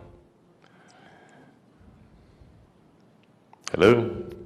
Can you hear me? Hello. Okay, over to you. We can hear you. Am I on? Yes, please begin. You have the floor. This is Gloria Lee Snover. I am chairman of the Northampton County Republican Committee. Northampton County is a Democrat county where Republicans win elections. I have been involved in the political process in Northampton County for more than 25 years. I've worked on campaigns for township supervisor to President of the United States. This year was one of the most vast, complex elections I have ever had to oversee as party county chairman. The complexity was due to the new mail-in ballot system and ever-changing rules. The unmanned drop boxes in the general election that we did not have in the primary. Also changing the fact that voters could bring their ballot to the polls and vote on the machine, and many other new procedures. There was mass confusion regarding the mail-in ballot system. I fielded scores of calls from Northampton County voters and collected incident reports from voters and poll watchers regarding the November 3rd election. The typical calls I would field were, I didn't ask for a mail-in ballot. Why am I on the mail-in ballot list? I did not get my ballot. What should I do? It's been weeks. How come my wife got her ballot and I didn't get one? We applied on the same day. How can I vote on the machines if I applied for a ballot? Is it safe to put my ballot in the mail? My ballot says it wasn't received and I turned it into the election office in person. My ballot says canceled. What does that mean? I voted in person and it still says not counted. I've been on hold with the election office 70 minutes. What do I do? In turn, because of these questions, I had a number of phone calls and emails, correspondence with the election office and the county solicitor before Election Day, trying to make sure I was disseminating information correctly to the voters, volunteers, and the campaign. One call turned heated when the registrar threatened to turn me over to the district attorney for posting a picture of a voter ballot harvesting a large bag of ballots at a Northampton County drop box. It was my opinion the registrar was more concerned we exposed it rather than the fact that it was happening. The most pertinent information I have to offer this committee was my conversations with the election office regarding curing the disqualified naked ballots, which they unlawfully pre-canvassed before Election Day. They actually told me on the phone early in October, they felt them, they held them up to the light, they separated them out in different boxes. Reflecting back on these 3 weeks in the experience, the major concerns regarding this election are equal protection. Were the Democrats and Republicans treated the same? Were they given the same information and opportunity to vote? Did they equally have an opportunity to cure their disqualified ballots? Not in my county. There was no ability to properly witness the canvass of the mail-in ballots or see the actual ballots. Were there signatures? The solicitor told me there is absolutely no law that allows us to see the counting or to see the ballots. To this day, we have no idea what or whose ballots were counted. Another one, very strange. There's a pattern of reactivated old voter rolls that kept reoccurring on the SURE system. The SURE system is our Pennsylvania voter system.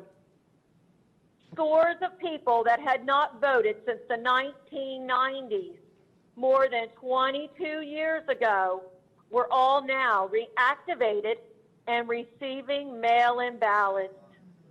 People that didn't vote for Obama or Hillary were all of a sudden receiving mail-in ballots, setting up the opportunity for fraud on a massive scale that would go undetected because voters who never intended to vote would not know. The SURE system is not so sure. We also found in Northampton County more than 1,500 votes where the mail-in ballot was received in the election office on a date before it was even mailed. We have a problem with this election. Thank you for allowing me to share my election experience, and I plead with you to remedy the mail-in ballot process. Thank you. Thank you for your testimony. And our last Zoom, are you there? Can you hear me? And if so, please begin. Is there one more? Nope, that's it. Okay, I guess a Q&A.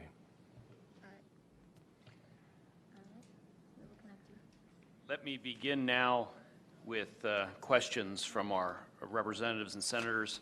I believe probably about 30 minutes, if we may. Oh, we have one additional witness. Commentator. Please. All right. I will introduce to you now, Mr. President. You are connected.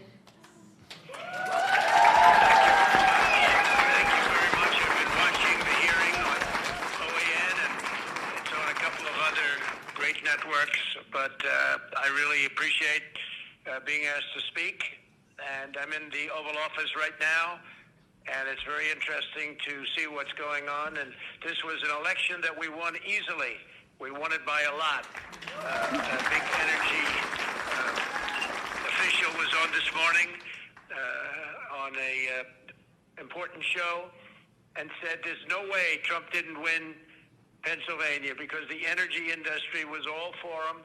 I saw, with my eyes what happened, and he told me horror stories, absolute horror stories. So this was very sad to say it. This election was rigged, and we can't let that happen. We can't let it happen for our country. And this election has to be turned around because we won Pennsylvania by a lot, and we won all of these swing states by a lot. Anybody watching television the night of the election was saying, wow, I was called by the biggest political people, congratulations, sir, on a big win. And all of a sudden, ballots were dumped all over the place, and a lot of horrible things happened. And everybody in that room, I want to thank all of the people that signed affidavits and all of the speakers. You're fantastic people. You're great patriots. I want to thank the senators for being there, and it's so important. Day before Thanksgiving, it really represents somebody. Between the voter suppression and all of the horrible things that happened to poll watchers, we have poll watcher affidavits piled up to the ceiling. They're all over. They were treated horribly all over this, all of these swing states. I mean, virtually all of the swing states. And many other things were happening that were horrible, just horrible. But the poll watchers weren't allowed to watch. They were, in many cases, whisked out of the room, not only into pens that were 20, 30, 40, 60, 100 feet away, where you couldn't even see. They were using binoculars. People are reporting that they had to use binoculars, and that didn't work. If you were a Republican poll watcher, you were treated like a dog. And the Democrats had no problem, but they were rough. They were literally pushed out, and it was rough tactics. This is what happened here. This is not the United States of America, what happened, and I think everybody knows that. That's why you're there, and that's why you're so vehement about it. We have many cases of people walking in. A woman, an elderly woman, walks in looking forward to voting November 3rd and says, oh, good, where would I go about voting? I'm sorry, you've already voted. Your ballot is in. I said, no, I didn't vote. No, your ballot is in. You've already voted. In all cases for Biden, by the way. She said, no, I want to vote. Nope, your ballot is in. And then they give her a provisional ballot to sign, which goes nowhere. It's a disgrace that this is happening to our country. We won this election by a lot. We got 74 million votes. And if you would have said 74 million votes the day before the election, every single professional in the business would have said there's no way of beating that. We got 11 million votes more than we had 4 years before in 2016. And we got many votes more than Ronald Reagan had when he won 49 states. And nobody would have said we even had a chance of losing. And all you had to do is take a look at the numbers at 10 o'clock in the evening when everybody thought the election was virtually over. And then very weird things happened. But they're not weird to professionals, and they're not weird to Dominion and other people that operate machines, and they're not weird to the people that handle the ballots where they were flooding the market. People were getting 2 and 3 and 4 ballots in their home. People that were dead were signing up for ballots. Not only were they coming in and putting in a ballot, but dead people were requesting ballots, and they were dead for years, and they were requesting ballots. And the whole world is watching us. The whole world is watching the United States of America, and we can't let them get away with it. And we have judges that are afraid to make a decision. We have judges that don't want to do the same thing. A very good lawyer said, well, sir, I mean, that's a big statement for a judge to overthrow an election. I said, really? If he got hundreds of thousands of votes more than he was entitled to get through all of the things that I'm listening to right now, and you're just covering a few of them, we have hundreds and hundreds of affidavits of stories that are even worse than the stories I'm hearing. Why wouldn't they overturn an election? Certainly overturn it in your state, because we have other states that are just as bad. If you look at Michigan with Detroit, you look at the things that happened in Detroit, where you have a voter, but you have more votes than you have voters. You take a look at Detroit, Michigan. You have more votes than you have voters. And then you have 2 people that don't want to certify. They don't want to certify. And they're harassed violently. And they turned off the cameras during the harassment for 2 hours. And then they said, wow. And they were afraid and they voted. And then they went back to sign and they couldn't do it because they said, we can't do it because this is corrupt. This is horrible what's taking place. Think of it, more votes than you have voters. But that was the least of it. They have things that were as bad as that. And this is going on all over. We're doing very well in a lot of states. A lot of good things are happening in Georgia. We're getting little help from government, but a lot of good things are happening in Georgia, Wisconsin, in Michigan. They're seeing what happened in Detroit. And we sure are looking at what's happening in Pennsylvania and Philadelphia. What happened in Philadelphia, they keep the poll watchers not only in pens, but they keep them out of the building. And the only reason they got back into the building was they got a court order. And then the definition of back into the building was very far away where they couldn't see anything.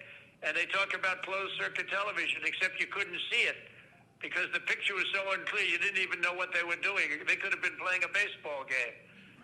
So it's a very sad thing for our country to have this. And they have to turn over the results. It would be easy for me to say, oh, let's worry about 4 years from now. No, this election was lost by the Democrats. They cheated. It was a fraudulent election. They flooded the market. They defrauded everybody on ballots. And I just want to thank everybody for being there. You're doing a tremendous service. This is a very important moment in the history of our country. And you're doing a tremendous service to our country. And don't worry about bravery, because the people that talk the most, they're not the ones you have to worry about. And these are all talkers. They intimidate. But these are not people that you're going to ultimately have to. They push you around. They pushed our poll workers out. Our poll watchers were pushed out of the building. Okay? Some got back in. They were put in the pens. But these are not people. Don't be intimidated by these people. But they're bad people. They're horrible people. And they're people that don't love our country. So we don't have to worry about 4 years right now. We have to worry about what happened on November 3rd and previous to November 3rd. And by the way, after November 3rd, when people put votes in and they put them in illegally, they put them in after the polls closed. And one of our great Supreme Court justices made mention of that. And I can't imagine that any justice or anybody looking at it could be thrilled when they vote after the election is over. So I want to thank everybody very much for being there. I want to thank the state Senate, respected people, tremendous people, and you're doing a tremendous service for our country. And if something was done wrong, if this election was won fraudulently, and that's what happened, it was a fraud. And we're talking about, very importantly, many more ballots, many more votes than the number we need. In other words, if we needed 50,000 votes, we're not talking about we found 9 dead people that voted. Of course, there were many more than that, many numbers that nobody even believes. No, we're talking about numbers that are far in excess of the 50,000, far in excess of another state where we lost by 10,000. And they went absolutely wild because we got far more votes than they thought possible. And they've just stepped on the gas, and they got caught. Just like they got caught spying on my campaign, they got caught doing this. So I really appreciate it, and the country appreciates it, and we have to turn the election over because there's no doubt we have all the evidence, we have all the affidavits, we have everything. All we need is to have some judge listen to it properly without having a political opinion or having another kind of a problem, because we have everything. And by the way, the evidence is pouring in now as we speak. And I want to thank Rudy Giuliani for having the courage to do this, because there are other lawyers that backed down because they were being screamed at. Rudy is the greatest mayor in the history of New York, and there's a reason. He's got great courage, and he doesn't care. He wants to do what's right. And I told him the other day, Rudy, you were the greatest mayor in the history of New York, and you see what happened to New York without Rudy.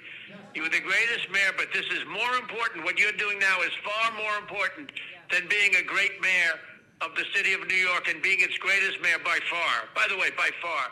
This is going to be your crowning achievement because you're saving our country. Thank you all very much. Thank you.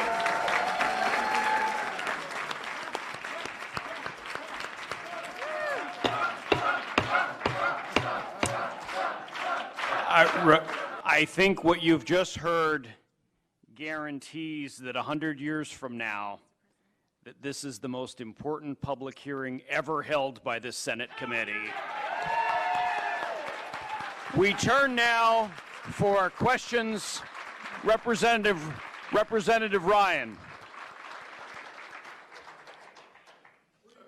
First of all, thank you very much, Mayor, for being here and for all the testifiers.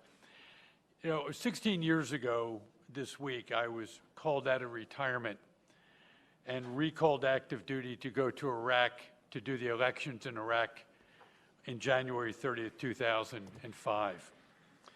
That was an extraordinarily secure election. As a former commanding officer of a civil affairs group and psychological operations command, I know how to do elections. And what happened in Pennsylvania from a process control perspective was absolutely a travesty. What I am concerned about is the remedy. How do we go from here? We see that there's a perspective from our council that a 1937 law provided the ability to appoint the electors to the Secretary of State. And I'm curious as to whether or not, sir, you believe a special prosecutor should be appointed at the federal level to look at all these irregularities, or whether or not there is still actions that can be done at the state level to ensure that the goal of what we're attempting to do is to ensure, as we did for the people in Iraq and as I did for the people in Haiti, to ensure that the results are fair, accurate, transparent, and a representation of the will of the people of the United States. My suggestion would be, and of course there are several different remedies that you could have. One would be to declare that the votes that were not inspected properly be declared null and void in that county, and deducted from the vote total. It's essentially what they do in Wisconsin. Wisconsin has the strictest absentee law in the country. They require an application for every ballot. And when they finish, they only count the number of absentee ballots that have an application. They deduct from the total from that county whatever are missing. So if you have 5,000 absentee ballots, but only 4,000 applications, you deduct 1,000 votes. And the reason they do that is to deter people from doing that in the future. Look at it this way. If you didn't deduct the 678,000 or whatever it is votes that were not counted, there's no penalty for it. What stops them from doing it again next time? Right. And this is a question of not voters acting improperly. It's a question of the inferior officers of this state, because they're inferior to the legislature in this regard, acted improperly. They conducted a completely sham election. They're the ones who have to be penalized. It's a little like the exclusionary rule in criminal law. They've got to be taught you can't do that. The other thing you could do is you could demand to see all of the envelopes that were cast aside. I will virtually guarantee you're going to see a couple of 100,000 envelopes that have no names, partial names, the same name. You could ask to see the ballots. You're probably going to see ballots that are official and ballots that are unofficial. You have two major gaps. You have the 672,770 votes that were not inspected by anyone, secretly put into the ballot box. And then you have this gap that I don't understand between the mail-in ballots you sent out, 1.8 million, and the number you counted, 2.5 million. That's totally impossible to explain, other than what some of the witnesses were suggesting, that they were basically stuffing the ballot box. I believe what happened is they never expected to be behind by 700,000 or 800,000 votes on election night. They expected to be behind by a couple of 100,000. In Philadelphia, to steal a couple of 100,000 votes, they do it every year. And that's not going to be tough. Now you had a real big problem. So you had to create mail-in ballots. You had to stretch it out for a while. We didn't go into detail on the Dominion system, but we have two other experts who can show you how they injected votes into the Dominion system. And also, so I think I would settle this election, but I would definitely appoint a special prosecutor to prosecute the people who conducted this election.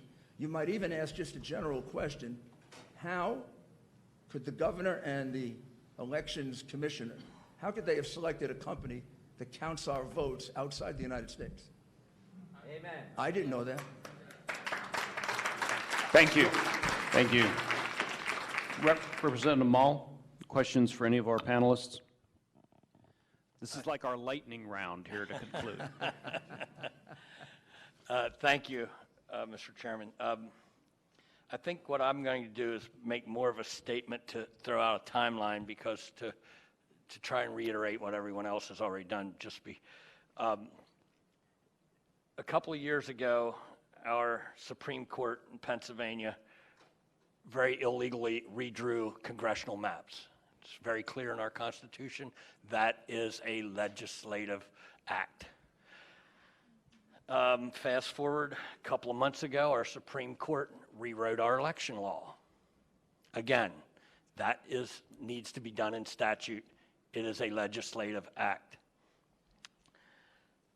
When it came to the mail-in ballotings, that House bill, I want to say it was 77, Act 77, I was really kind of by how eager the governor was to sign that bill. Normally, bills can sit in his desk almost 10 days before he signs them, or lets them become law on their own, or vetoes them right away, and that one he signed almost instantaneously. And I just kind of wondered, so after I saw what happened in the primary, I wrote House Bill 2626, and this is where it kind of locks it in for me, Mr. Mayor and panelists. In House Bill 2626, I saw where there could possibly be stuffing the boxes. So I said, simply, let's put a barcode on the bottom of every mail-out ballot so that the machine has to read a barcode that was accepted by the elections office. Before that ballot goes out, they zap it. When it comes back, if that barcode doesn't match one of the barcodes that they sent out, it gets kicked out. The governor immediately, as soon as we ran that bill out of committee, said, that hits my desk, it's an automatic veto. Not everybody knows that, but that came to us. We had to literally strip that out of the bill. And I will be reintroducing a bill to barcode any ballot that gets mailed out when we get back, trust me. Then we have the drop boxes, the 3 days extra to vote, the ignoring the signatures and ignoring the postmarks. And I have to come to the conclusion that you did also. If it looks like corruption, smells like corruption, it's corruption. And we've got to get to the bottom of it. Thank you for being here. Thank you for your testimony. Appreciate it very much. Thank you, Mr. Chairman. Thank you. Senator Regan. Thank you, Mr. Mayor. Thank you so much for being here. Thank you to all our testifiers today. It's been very informative. My question, Mr. Mayor, you touched upon it briefly, but I want to just, if you could delve it a little bit more into it. Attorney General Barr, shortly after the election, authorized the U.S. attorneys across the country to investigate allegations of voter fraud. I wonder if you could tell us about the criminal investigations that are going on, maybe specifically in Pennsylvania, by our U.S. attorneys and maybe our FBI, and tell us how that is going, and is there any evidence that's been presented to you, or are you made privy to this information? I'm sorry, Senator, I wouldn't be made privy to that, criminal investigations. And in my experience, criminal investigations, would take too long to help you in your most immediate decision. Criminal investigations could help you in your long-term decision as to how to reform so this never happens again, which I think you all will want to do. For example, not ever hiring again a company that counts votes in Frankfurt, Germany, that's owned by two Venezuelans who are very close to Hugo Chavez and Maduro. That's extraordinary. And unfortunately, we don't have the time to really analyze the votes. Although, if you want to go into greater detail, we have other forensic experts that can show you votes that were specifically put into the machine, because these machines have a back door that allows you to do that. So I would say the criminal proceedings are going to take 6 months to a year. What you have before you that you can verify is you have before you very, very clear evidence. It's not small. It's not as if these are a couple little mistakes that happen in every, I hear people say, oh, every election has a couple of little mistakes. Not 682,000 ballots that nobody got to inspect, that from time immemorial, we've never had trouble in America with absentee ballots. I've been in absentee ballot contests in New York, and they can, they can be pretty vicious, and the language is worse than that poor lady experienced. But we would never think of having one without the Republican there and the Democrat there. Even in New York, we would never think of it. Here, they did it 700,000 times. That's an insult to the legislature, because you didn't provide for that. And you've got this gap of 700,000 unexplained mail-in ballots that come out of nowhere. So I think you have more than enough to say that this election, the numbers don't add up. It's easy to figure out what the right numbers are by excluding the illegal votes and count the honest votes, and the winner of the election changes. Thank you very much, sir. Thank you. Senator Mario Scavello. I'm just going to make a couple of comments. First, I want to thank everybody for coming out here today. We need your support, your continued support throughout this whole process, because we're going to also get the other side that don't want us to do anything at all, and we definitely need to do something. We need to correct this problem. My Northampton County chairperson Lee Snower did an excellent job explaining what was going on in Northampton County. One of the biggest things that bothered me more than anything else was people that went to vote and they were told they already voted. That happened. I must have heard it from 50 people in my district. So, you know, they made them sign a provisional, and I called up and I says, you better make sure that those provisionals are counted. And some of the other things that were happening that you know, most of the stuff that you said out there, it happened in every county. But when you didn't want to vote with your absentee and you went in, you're supposed to get a ballot, not a provisional. And there were people out there that got provisionals. But just a little information for all of you. The new machines, this new process, we didn't vote for it. That was something that was pushed by the governor. He mandated that all of the counties had to go and change their system because he wanted some type of what we don't have is a form to see who voted or who voted. They want a certificate or something, a slip to see how you voted, who voted. And it's obvious that this system has not worked, and the people of Pennsylvania are not happy about it. Thank you. Thank you, sir. Thank you. Madam Majority Leader-elect. Thank you. First of all, I just want to say what they did in Philadelphia when they closed us out and made us go to court to do what we should have legally been able to do is a travesty to what we in Pennsylvania need to have confidence in our elections. That should never happen again, and we should probably tighten our law so that it can't. Secondly, I'm extremely bothered by the absentee ballot and the mail-in ballot request number being almost 700,000 off from what we received. And so we just did try to get on the Department of State, and they did take down their dashboard, so we can't even check it. So if you have any of that information, any pictures or any, website downloads, we would really appreciate having those because they took them down. So I don't know. Everything they do looks like they're trying to hide something, and it really, really continues to erode any kind of confidence in our process. Senator, what I would suggest is they decided that morning, or maybe a couple of days before, to exclude you because they knew what they were going to do. It wasn't done, it wasn't an accidental sort of whim to exclude all Republicans. It's unheard of to exclude all Republicans. They excluded you because of what you would see. You would see ballots that weren't properly filled out. You would see ballots that were filled out at the last minute. You would see them start to get reports of how far behind they were because they were connecting to Dominion and Smartmatic, and they were telling them how far behind they were. And you would have caught them right in the middle of the fraud. Why create this big problem for yourself of excluding Republicans in 6 states, hundreds and maybe thousands of them, if you're not doing something wrong? If you're doing something, as the senator said, that's kosher, come on, look, who cares?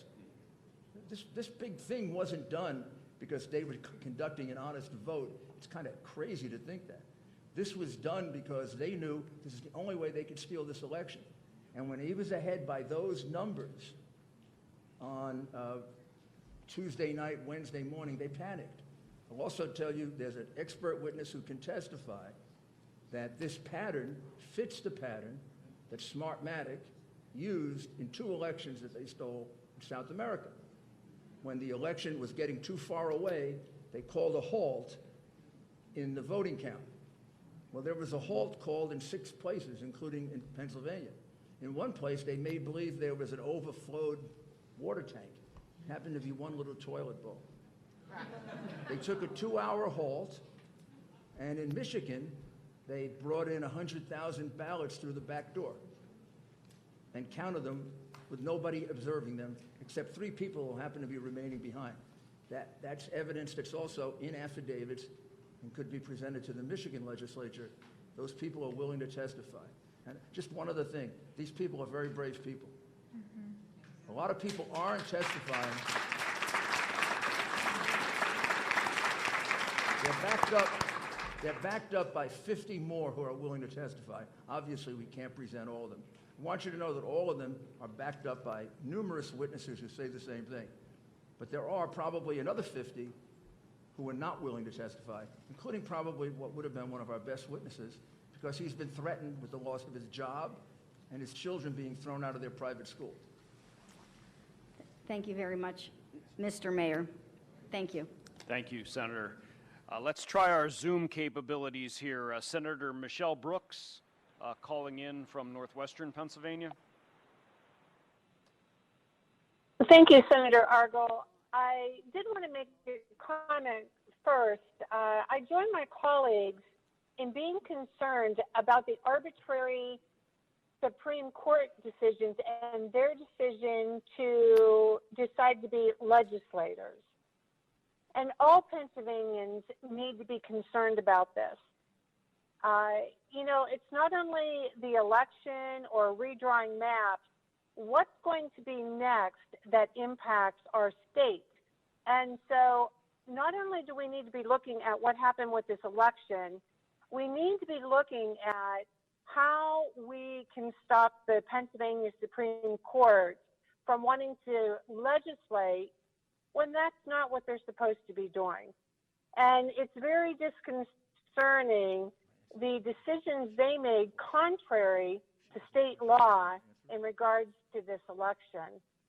My question is, if you could talk about the drop-off boxes, again, something the Pennsylvania Supreme Court allowed, talk about the security around them. I know in my area, I did not have a significant amount of drop boxes, but can you talk about what type of security or parameters of safety were around these drop-off boxes, and also how many ballots were collected in these drop boxes? Thank you. That, of course, is the subject of another lawsuit. Was brought the other day. I only know it generally. The drop-off boxes were provided, speaking very broadly, in the Democrat part of the state, not in the Republican parts of the state. They were many, very close to each other in Philadelphia and Allegheny County, places like that. They were miles and miles apart in other places.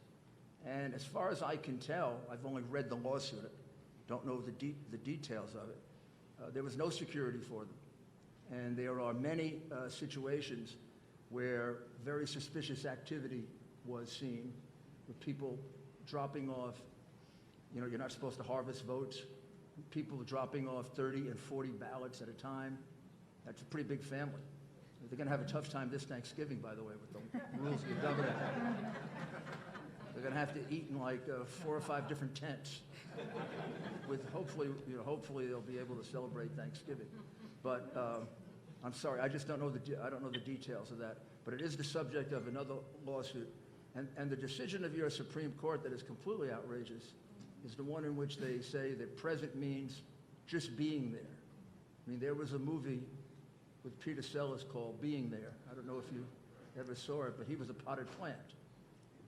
That's totally absurd to think that when you passed the rule that there should be present representatives of both sides or all sides, that you meant for them to sit there and look at the drapes. I mean, they were supposed to be there as the intermediate court decided. This case was decided by the intermediate appellate court in the president's favor, with a very sensible decision saying present in this context can mean only one thing, present in order to see the identifying data. And in a completely political decision, 5-2, they ruled what I would regard as it was a totally irrational ruling, which we will appeal to the Supreme Court. I think it was embarrassing. Thank you. For them to rule that way. Thank you. Senator Judy Ward.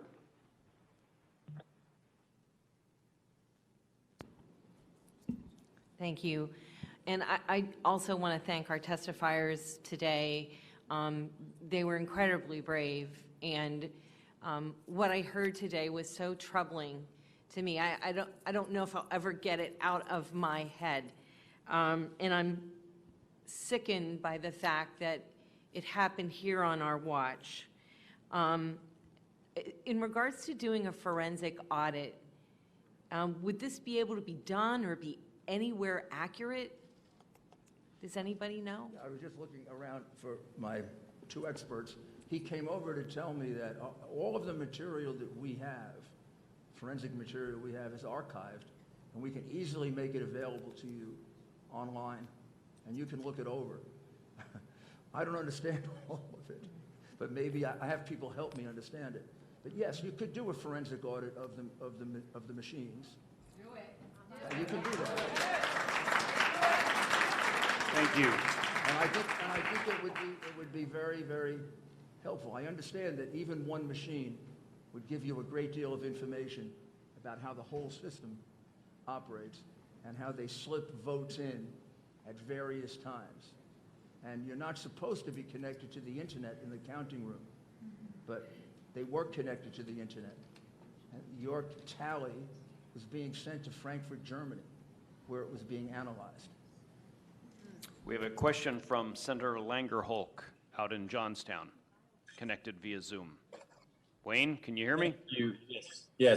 Thank you. Can you hear me? Yes, loud and clear. Thank you. Thank you, Senator Argel. Thank you, Senator Mastriano. Thank the testifiers for being here. Mr. Mayor, thank you for your testimony.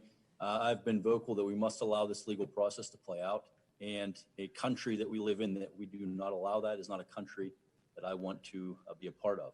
My question is on that legal review and on those legal process. Mr. Mayor, can you give us an indication of how many lawsuits are pending, where they're at in the various appellate processes? And second part to that, the allegations of the mail-in ballots, the 1.8 versus the 2.5 that came in, is that the substance of a lawsuit? Thank you.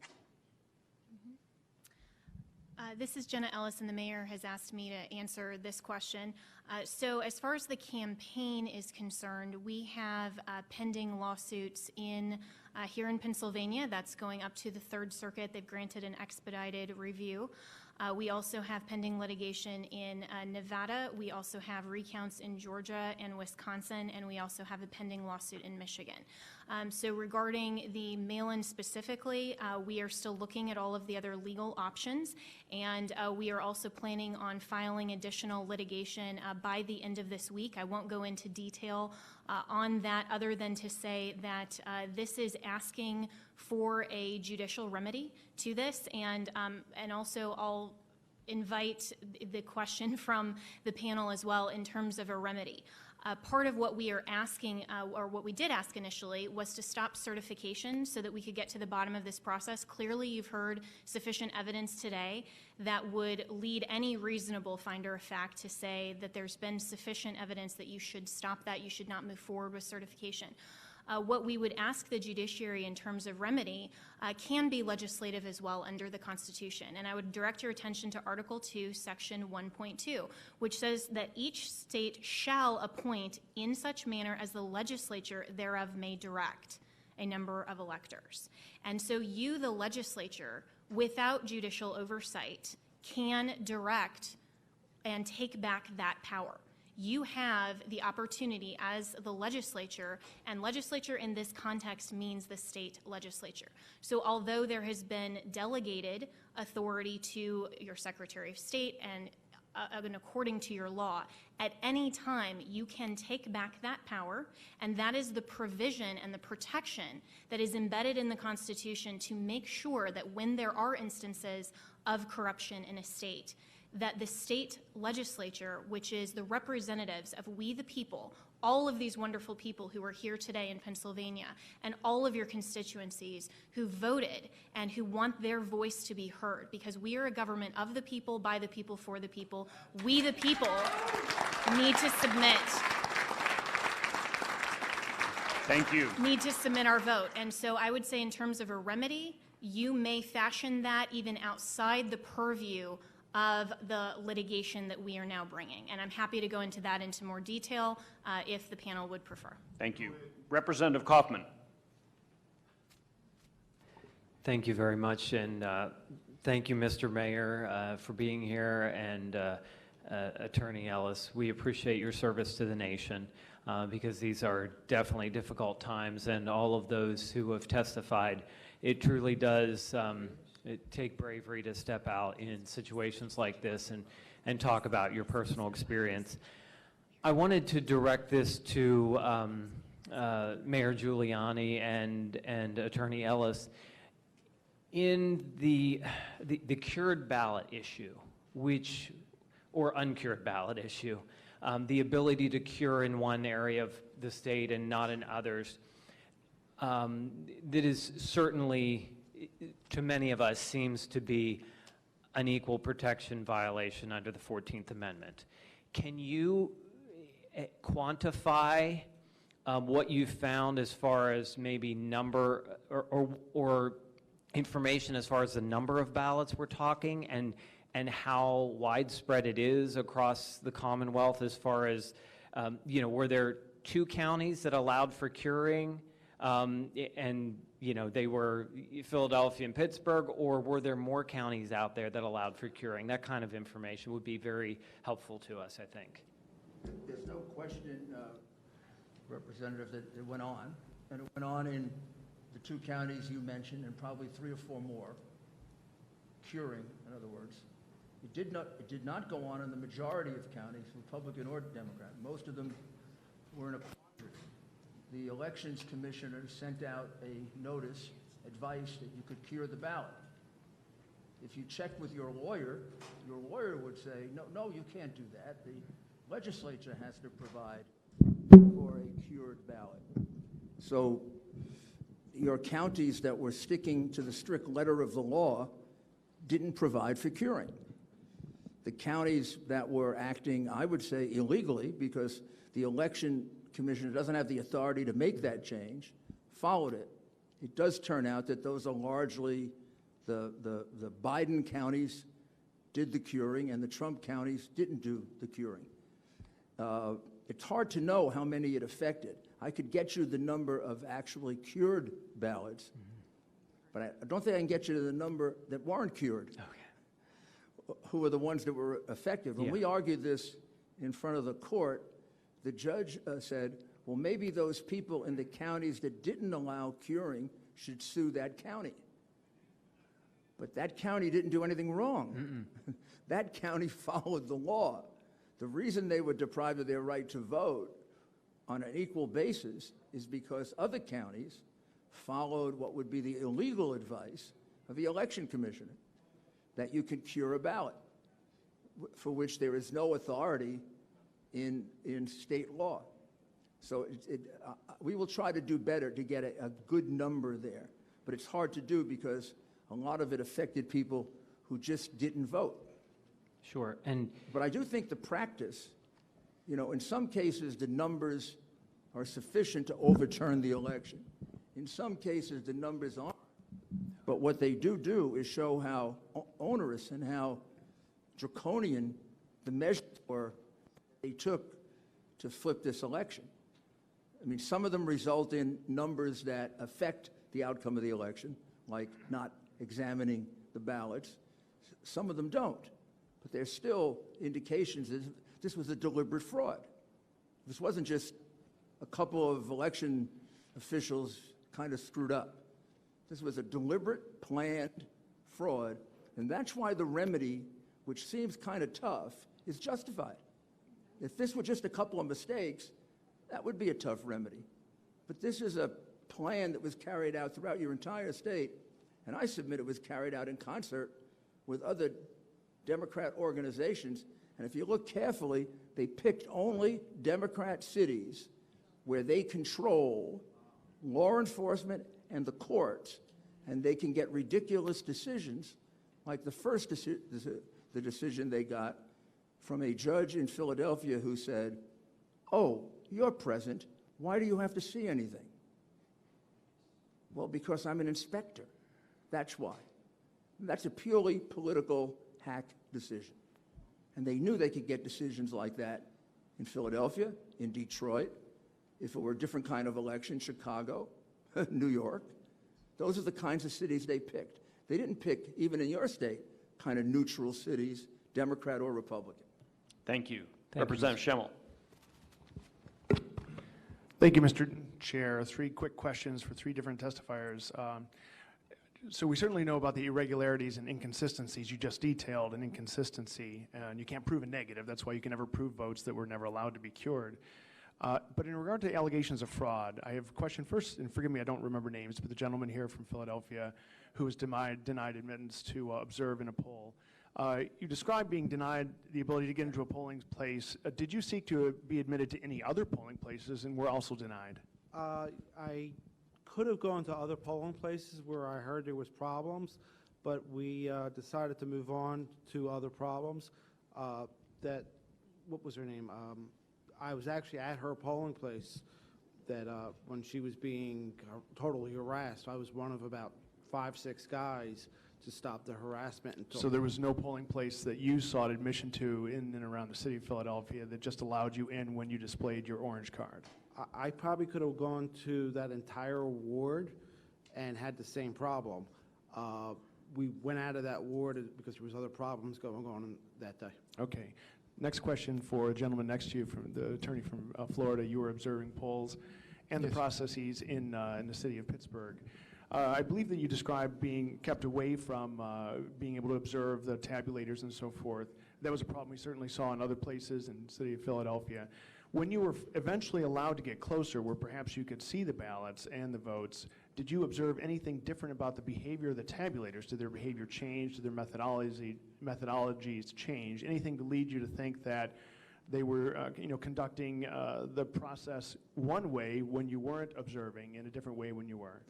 In the first instance, we were never really able to get, there was only one element of the process where we were able to actually get reasonably close to see what a tabulator was doing, and that was with overseas and military ballots. When overseas and military ballots come in, they come in a different format that's not readable by the machines, and so there's a individual that takes the ballots and then keys in the votes for the voters. And of that group, we could see about 3 or 4 of those people doing that transposition of those ballots. Beyond that, and that was for a very short period of time on actually Friday evening, Friday after the election, they were beginning to tabulate overseas and military ballots. With that singular exception, we couldn't actually see any ballot at that particular moment that you ask about. There was no opportunity to ever really see any ballot other than that situation. And there was one worker that was within, I don't know, 8 or 10 feet of us at the edge. And we did, in fact, see him do 35 Biden military ballots all in a row, which we found to be kind of curious. But what he was doing did equate with the papers that he had in front of him. Okay, thanks. And my final question for Mr. Giuliani. You've alleged fraud within our voting system, and we've heard a lot of anecdotal evidence we have as representatives and senators, and you've presented a good deal today. But amongst the affidavits you have, do you have any affidavits from anyone who could be qualified or could be quantified as a whistleblower, who actually was part of the fraud and is now willing to testify as to the fraud? Yes, we do. We have, I believe, I have to check this, but I believe sometimes I get the states a little confused. But I believe there are 3 that would need a subpoena to protect themselves in order to testify. Okay, and then I would presume that's and I would part say of your legal... at least one of them is a Democrat. Okay, I'm not that's sure the other 2. part of your legal claims, I would assume. Yes, sir. Very good. Thank you. And Thank you if all. there's a subpoena Thank you. process, we could work with them to come forward. And they're frightened for their jobs, and I don't want to make too much of it, but they're also frightened for their physical safety. I mean, this is a case in which one of our chief lawyers in the case, had to leave because his family was threatened, his little children were threatened, for representing the President of the United States. That's not America. Representative Jones.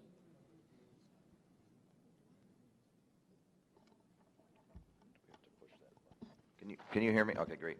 Thank you, Mr. Chairman. I appreciate it. Thanks to everyone who testified. I do have a question, but a couple just comments to sort of get on the record.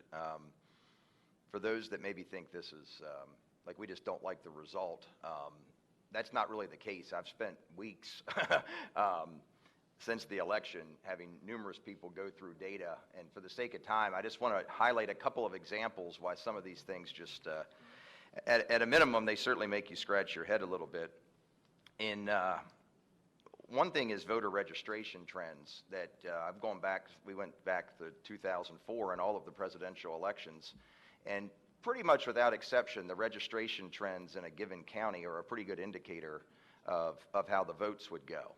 Statewide, for example, Democrats had a 1.1 million, I'm rounding the numbers here, in 2012, about a 1.1 million voter registration advantage, and then President Obama won re-election. In 2016, that number was down to 900,000, just under 900,000, and as we know, President Trump won Pennsylvania by about 44,000 votes. In the months leading up to the election, Republicans were gaining about 5,000 to 10,000 votes, registrations at least, per week. I know that because I was spearheading our York, Pennsylvania for Trump effort in my spare time. And that what had been a 900,000 advantage at election day was down to about 680,000. Wow. That's a couple 100,000, almost all of which occurred in the 6 months or so leading up to the election, yet the president loses by 90,000 votes. Not impossible, just want to get it out there. Let's drill down a little further. My home county of York County, which netted more votes for the president than any other in 2016, we had a 13,000 increase in Republican registrations. Democrats dropped 1,000, Republicans increased 12,000, yet the president's margin of victory decreased by 2,000. In Westmoreland County, there was a 26,000 vote swing, a county even smaller than York. Democrats saw a 10% decrease in registrations, yet Joe Biden outperformed Hillary Clinton by more than 20%. It doesn't prove anything, but I want to at least bring it to everyone's attention that we're just not sort of making things up here that we don't like. Some of these are certainly head scratchers. So when you lose 10,000 Democrat registrations, gain 16,000, yet the margin of victory stays the same, and Biden increases by 12,000 votes in that county. That's surprising. Lastly, if I may, I want to talk a little bit about, I don't know if the gentleman can testify or can return, but your witness on the gentleman with the military background on the voter fraud and so forth. Colonel Walsh. Yes, thank you, sir. I guess my question here is, do we believe or have reason to believe that the mail-in would be more or less susceptible than the election day vote to manipulation? And here's why I ask. Another head scratcher. I'm comparing Republican to Republican, Democrat to Democrat. We all know that Biden did better with mail-in, and that was expected because a lot more Democrats voted by mail, and of course the president did better on election day. Nothing to see there. However, when we compare President Trump to a relatively unknown candidate named Stacey Garrity, who was elected a Republican who won the race for treasurer,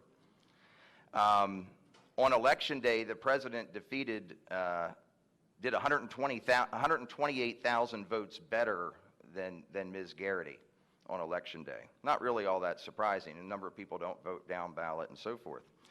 Yet with mail-in ballots, she did 41,000 better than the president. I have a hard time understanding that. Let's go to Joe Biden. We have a relatively well-known attorney general here, Democrat, Josh Shapiro, who won re-election. He, on election day, he defeated Joe Biden by 52,000 votes. He did 52,000 better than Joe Biden. Yet with the mail-ins, Biden does 54,000 better than Shapiro. And I just sort of want to get that on everybody's radar. Maybe there's an explanation, but I don't really understand how Democratic mail-in voters are that much different than Democratic election day voters. And interestingly enough, apparently Republicans who vote by mail are much more likely to vote for the down ballot candidate than on election day. Last comment there, part of the argument is that people didn't vote down ballot. That's going to be a lot more prevalent on election day when you've waited in line for 2 hours and you're in a hurry to get out there. But this speaks to the opposite. With a mail-in ballot, you have plenty of time to complete your ballot and to go down ballot. So if that was the case, the opposite should be true if you're tracking with me. So I guess my question there is on, do we think the mail-in is more susceptible? And then lastly, maybe for you, Mr. Chairman, or whoever has a little more clout here than I do, it is imperative that we secure the SURE system data. And some of the things that we are questioning can be easily proven or disproven. We just want the facts. So for example, if we see huge numbers of inactive voters, I think one of the witnesses spoke to that. Did we see huge numbers of inactive voters on the mail-in side? That's all right there in the data. We know how frequently people voted. We know who requested mail-in ballots. Did we see multiple mail-in ballots going to the same address?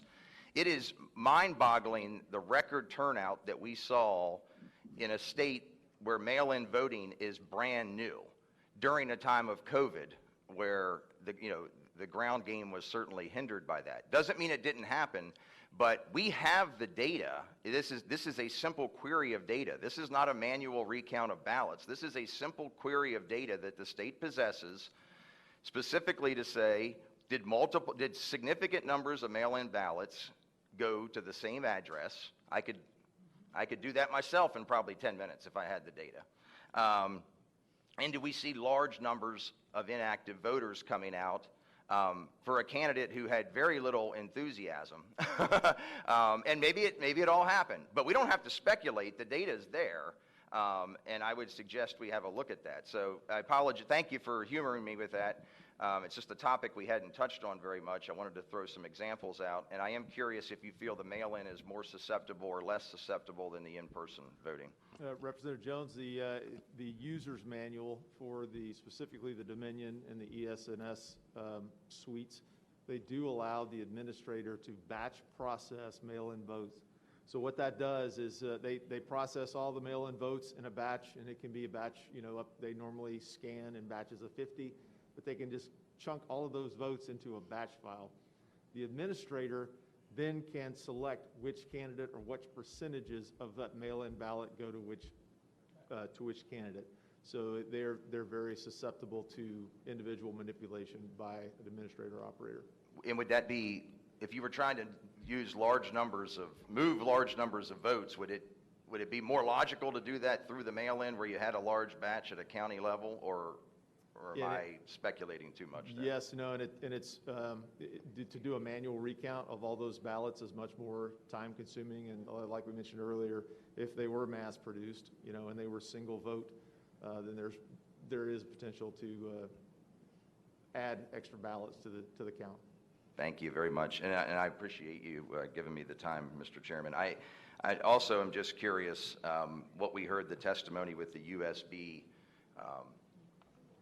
sticks in Delaware, why that's not being investigated. That seems like that would be criminal activity that we've heard here discussed, and where law enforcement is on that. Probably not your immediate concern, Mr. Mayor, but am curious about that as well. Thank you very much. Thank you. Representative Zimmerman. Yeah, thank you, Mr. Chairman, and thank you, Mayor, for coming to Pennsylvania, and all those willing to testify. Thank you so much. So just a comment and then also a question. So in Lancaster County, where I'm from, since May, we registered over 12,000 new Republicans, and a large percent of those ended up being Amish. They might understand the difference between freedom and socialism more than most of us, but I think probably the audience is here for that reason as well. So that's just a comment, just for your information. The question I have, Mayor, for you is that as legislators here in Pennsylvania, is there one or two things that you would advise us or suggest to us that we really concentrate on and or make a change? What comes to mind that would be most important for us to really do here in Pennsylvania? Well, first thing, of course, as a lawyer for my client, along with Jenna, we would ask you not to certify, and to certify the correct, honest votes which I think can be arrived at several different ways. And probably the easiest way to arrive at it, just because of the huge number of votes, are the votes that were not properly inspected. And when I say properly inspected, they weren't inspected at all. You could almost consider them hidden votes counted in a back room where everybody was smoking cigars. And the reason you have a lot of votes without a down ballot, you're quite correct, Representative Jones, that it's much easier to fill out your home, you can fill out the down ballot, than rushing through a machine. However, if you only have a half hour to get 10,000 votes in, you don't have time to do the down ballot, do you? If you're sitting, in a truck somewhere, right near the place you're going to bring in shopping bags, and I don't think we have this evidence here, but we have this evidence in Michigan.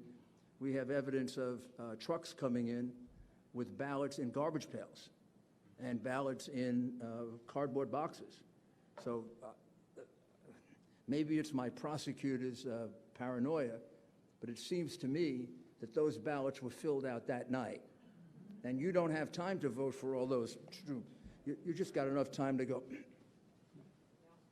And that's why you get this strange anomaly that there are so many down ballots not filled out for Biden. Can I add one thing? Yes, sir. I learned as a lieutenant never to bring a problem to my superiors without a solution. That's one of the things I try to live to today. There are solutions that are available. I made the simple comment that your vote should be at least as secure as your Venmo account, and it's not. It's easily fixable with blockchain. There is a process out there that was developed by MIT.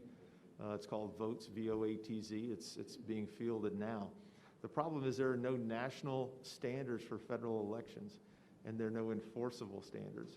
So if nothing else out of this election, if we have a set of enforceable standards and we use technology like blockchain to ensure that every vote going through the whole process is transparent from soup to nuts, then we can ensure a technologically advanced, secure election that's not, an individual vote may be manipulable, but batches of votes would not be. So, Great information. Thank you so much.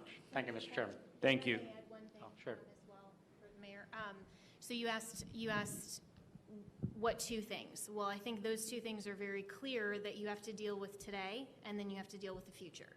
And the more pressing instance right now is today, and this body should deal with that in some way. And you are the constitutionally vested entity to do that. You have a variety of options in front of you.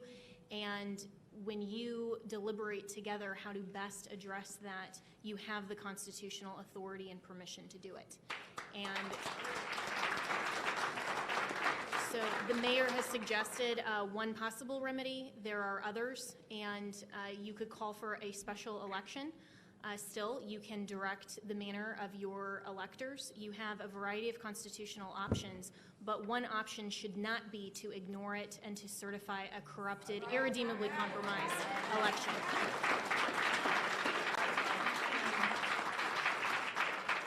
So we would ask that you deal with that today, and then for the future, look at all of these things that you've raised. Look at all of the voting machines. Look at all of these people who are interfering, really. You have an executive office and branch that is runaway. You have from your governor to your secretary of state to each of these individual election officers. This is election official fraud, and that's what's going on here. And for the sake of every future election, that should be addressed in the legislature, because you also have the constitutionally vested obligation to the people of the state to address that. So my recommendation, along with the mayor, and I sincerely applaud everything that he has said as well, and on behalf of our client, but on behalf of the nation. You're right when you say that this isn't just about overturning an election. It's not about deriving the outcome. That's what the fraudsters want to do. What we want to make sure of is that we, the people, get to select and prefer our commander-in-chief, and you have the obligation and the responsibility to ensure for the people of Pennsylvania that Thank you. occurs. Thank you very much. Thank you. I believe we have Representative Metcalf on Zoom with one final question. Darrell? Can you hear me, Senator Argyle? Loud and clear. Thank you, sir. Thank you, Senator Argyle, Senator Mastriano, for hosting this very important hearing.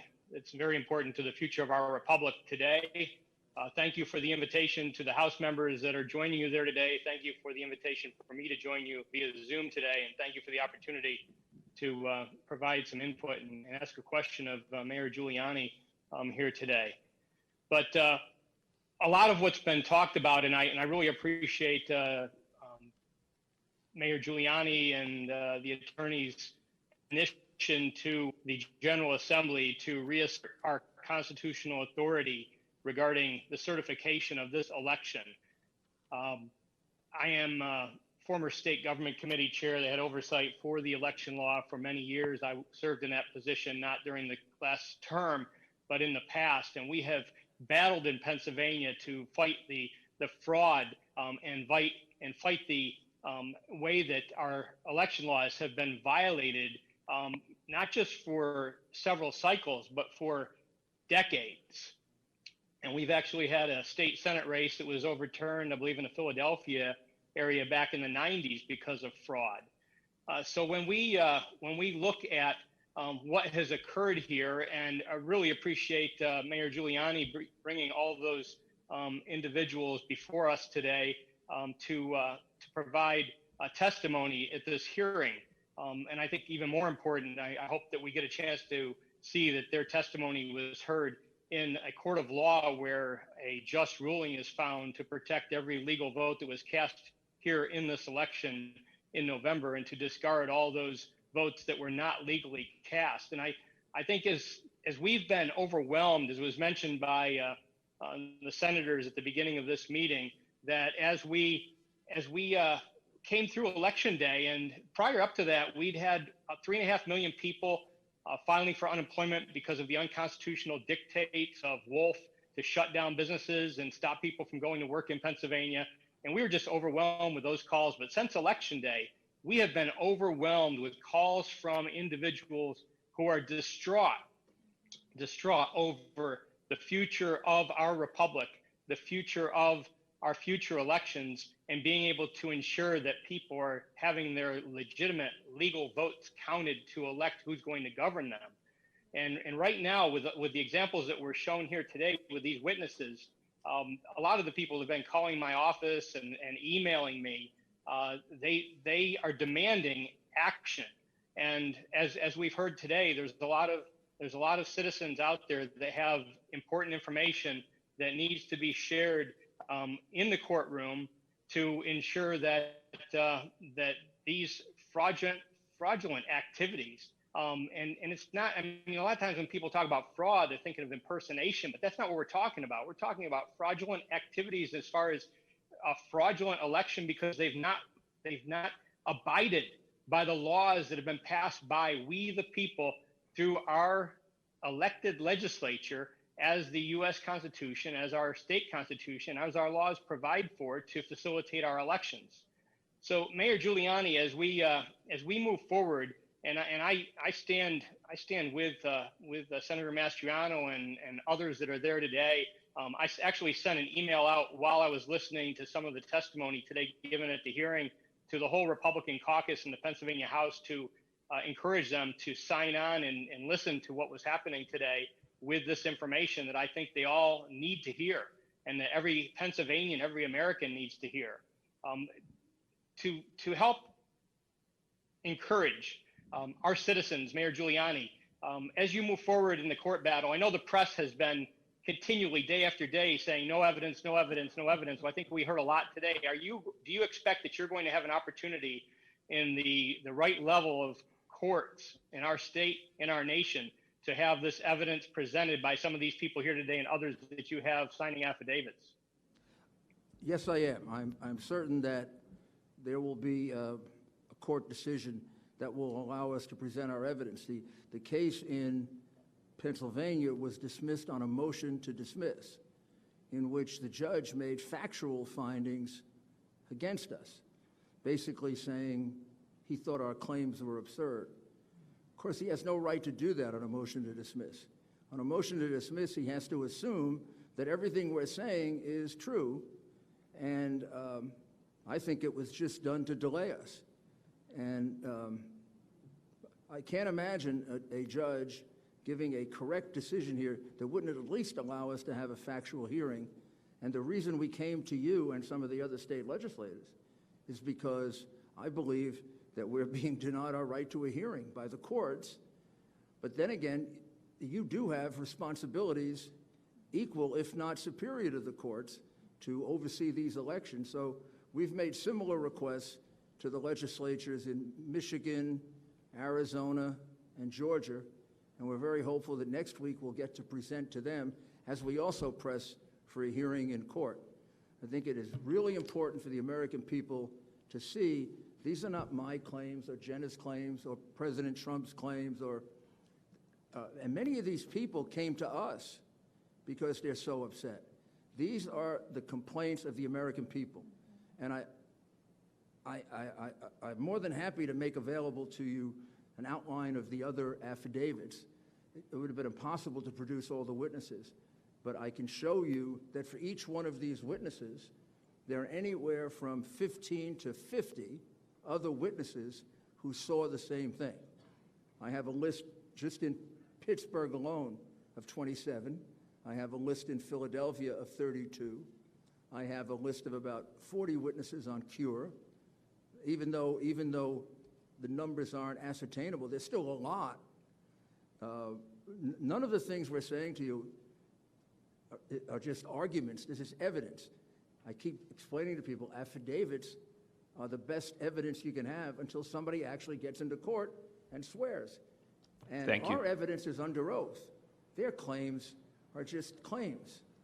We have one additional question online Thank you. from Thank you. Representative. Thank you, sir. Thank you, Darrell. From Representative Kiefer. Thank you, Senator Argel. Thank you, Senator Argel. Thank you, Mayor Giuliani. Representative Don Kiefer. Thank you. Thank you. Thank you, Senator Mastriano, for hosting this, and thank you, Mayor, for all of the testimony that you have brought forth. Two questions I have. First is regarding testimony that we received on the pink highlighted ballots that were scanned through and submitted, and then they were able to be redocumented and then scanned through again. Is there any action being taken on that, given the number of ballots that we're talking about there? Do you know the answer to that? I don't, that's the state issue, I'm not sure. I'm not sure I know the answer to that, but I'll get it for you. Okay. That's not something we ran down. Okay, that would be great to know, We will find because out. I know we saw a That's lot of that, that's a and very there's good point, speculation and- out there that people were just blindly filling out these ballots, but there is supposed to be a process, and so, and it was my understanding that that process was supposed to be videoed or live streamed and Correct. witnessed by a majority and minority inspector when you are recreating a ballot that is not able to be scanned. So that would be good to know. And the second thing is, Attorney Ellis, you had made a comment regarding what our constitutional ability is. And so while we understand what the Constitution does say, as far as us taking responsibility and, we could intervene in certain sectors, while the Constitution gave us that ability, it's been explained to us by attorneys that we took that power that was given to us as General Assembly members and we put it into statute. And that statute says, how we appoint our electors and how we certify the elections. It's all spelled out in our Pennsylvania Code based upon the power that we have from the Constitution. You have a differing legal opinion of that? Yes, I do. And I think that our collective, and with my co-counsel here, you can take that power back at any time. And when you have the delegation of authority, the legislature can take that back. And you also have an instance here that the law was completely ignored. So even though you have a manner in which your electors are generally selected in Pennsylvania, and that's worked for the past presidential elections since those statutes were authorized and gone through the legislature, this is an election that has been corrupted. And so you can't go through that method, and those laws were violated. And that is the General Assembly here, the legislature, is the authorized entity in the Constitution that selects the manner. You can take that power back at any time. And so when the laws were ignored, and that's where we have, and why we have all of this evidence to bring to you, is to show you each of these different types of ways that election officials have violated the manner in which you, as the General Assembly, have prescribed in the law how you select your electors. Because they violated that law, you have the constitutional authority to craft a remedy. You can take that power back at any time. You don't need a court to tell you that. So absolutely, and you can look at that. You can look at the federal law for elections. This is your constitutional prerogative. State legislature, in the context of Article 2, Section 1.2, means state legislature, period. You also delegated it to the very people whose conduct is in question and whose you're asking them to investigate themselves. So given the fact that this is your sole constitutional right and authority, you can always assume constitutional authority that you've delegated back. You also have a rational basis for doing it, because you're asking them. I mean, this was done, one might argue, or at least that's one of the interpretations of the fact, deliberately by the governor, by the elections commissioner, who issued absurd opinions telling people to violate the law. And then you're going to ask them to make a decision on the election that allegedly they corrupted? It would seem to me you have a perfect right to take that back and make that decision de novo. Thank you. Thank you very much. I want to thank everyone for your patience. The public, our many witnesses, our senators and representatives. As you've seen today, this COVID pandemic has made holding a public hearing a little bit more challenging than usual, but we have still received an enormous amount of information today, information that we will share with every one of our members. There is no doubt in my mind that we will pass legislation in the House and the Senate based on what we have learned today. I also want to thank Senator Mastriano. Doug and his staff have been enormously helpful today. It really goes without saying, we would not be here without Doug Mastriano, and so I'm going to give him the last word, because I know even if I didn't, he'll take it anyway. And he deserves to have it. Doug. I love you, Senator Argel. Thank you for being willing to use your committee to do this hearing. So we pulled the trigger yesterday morning around 9 a.m. and look what happened here. And as Jesus said, you shall know the truth, and the truth shall set you free. Guess what? Guess what? The truth's out there. Media, you should have found these witnesses. You need to do your job. Now you see them out here. Do your job. You're essential to this republic, and without you doing your job, instead of being partisan hacks, this republic can't stand. So now you got some information, you got some witnesses with courage. These people are heroes to me. As a retired Army colonel, I look at them and I say, you guys are outstanding. Thanks for being willing to step up. Because I am cognizant that the so-called tolerant people on the left will not show much love or tolerance to people they disagree with. And so thank you for standing, because you're warriors, being able to stand for and save this republic. So thank you for going forward here. I mean, indeed, I started this off quoting from John Adams. We are in Adams County. You know, facts are stubborn things. There's a lot of hard facts out there, and guess what? As history and change in 1863 in Gettysburg, back then it's July 1st, 2nd, and 3rd, so on this day, history is changing for our country and state, back at Gettysburg once again.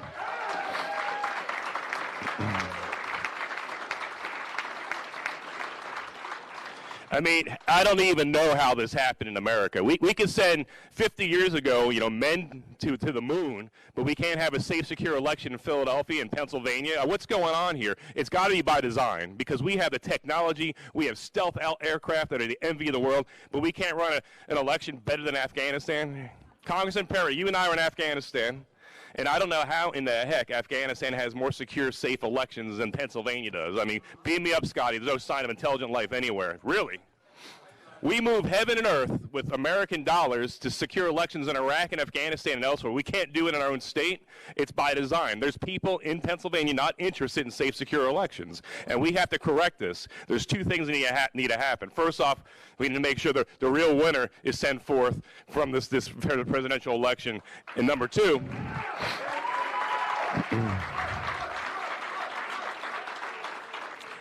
we need to fix it. This doesn't happen ever again.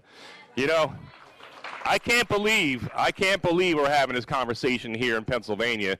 You know, this is the kind of stuff I hear about that goes on in Belarus under Lukashenko, or in Russia under Putin, under Saddam Hussein's Iraq. Really, here in our state? I mean, this is disgusting to me. You know, I watched when I was doing strategy in Russia, you know, Putin's people stuffing ballot boxes, the same thing that happened in Pennsylvania. When I saw that 15, 20 years ago, I was like, well, thank God we're not like that. What happened? What happened? And we're not going to let it stand. You know, I saw, you have to forgive people because we are a constitutional republic, so I'll forgive those that say democracy, but I saw one man had a sign in Philadelphia, and the irony wasn't lost on me. Democracy dies in Philadelphia. Can you imagine the irony of that? You know, where the light of liberty was lit in 1776, it transformed this world, where in this very same state, a new birth of freedom. And then, of course, let's not forget 2001, Todd Beamer, let's roll. You know what? It's our time to roll.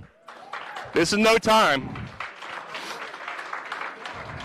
You know, democracy can die in darkness, in dark rooms with no transparency and accountability. We're shining light on this darkness here. We're going to take our state back. We're not standing aside in this hour.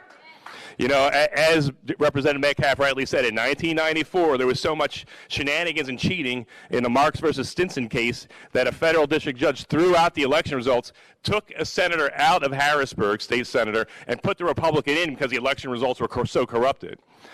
So we do have a precedent here, federal courts, and I hope you take a hard look at that here. Has our election results in Pennsylvania at the presidential and other levels been so corrupted that the results have to be thrown out? That's going to be a case you're going to have to make before the Supreme Court there, but it sure sounds like something stinks in Denmark or in Philadelphia. I don't know. You know, one vote, one person, one legal vote per person, and any cheating goes in there disenfranchises an American. And I can't believe this is happening here, and we're not going to let it stand. I don't know why it's so hard. You know, I know it's hard because this has been going on here for a lot longer than we imagine. But in Galatians 6:9, we're told by St. Paul, grow not weary doing good, because in due time you'll reap your harvest. We're going to reap our harvest.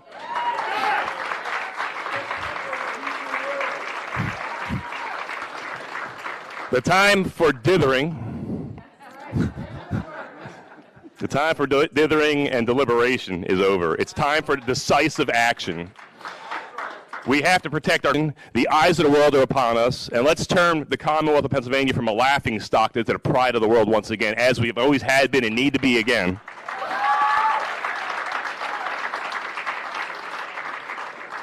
This is our day, this is our hour, this is our time. So yes, Mr. Franklin, a republic, if you can keep it, we're going to keep it. Can you keep it? Can you? Will you? We're going to keep the republic. Thank you, and God bless you all. Thank you all. We stand adjourned.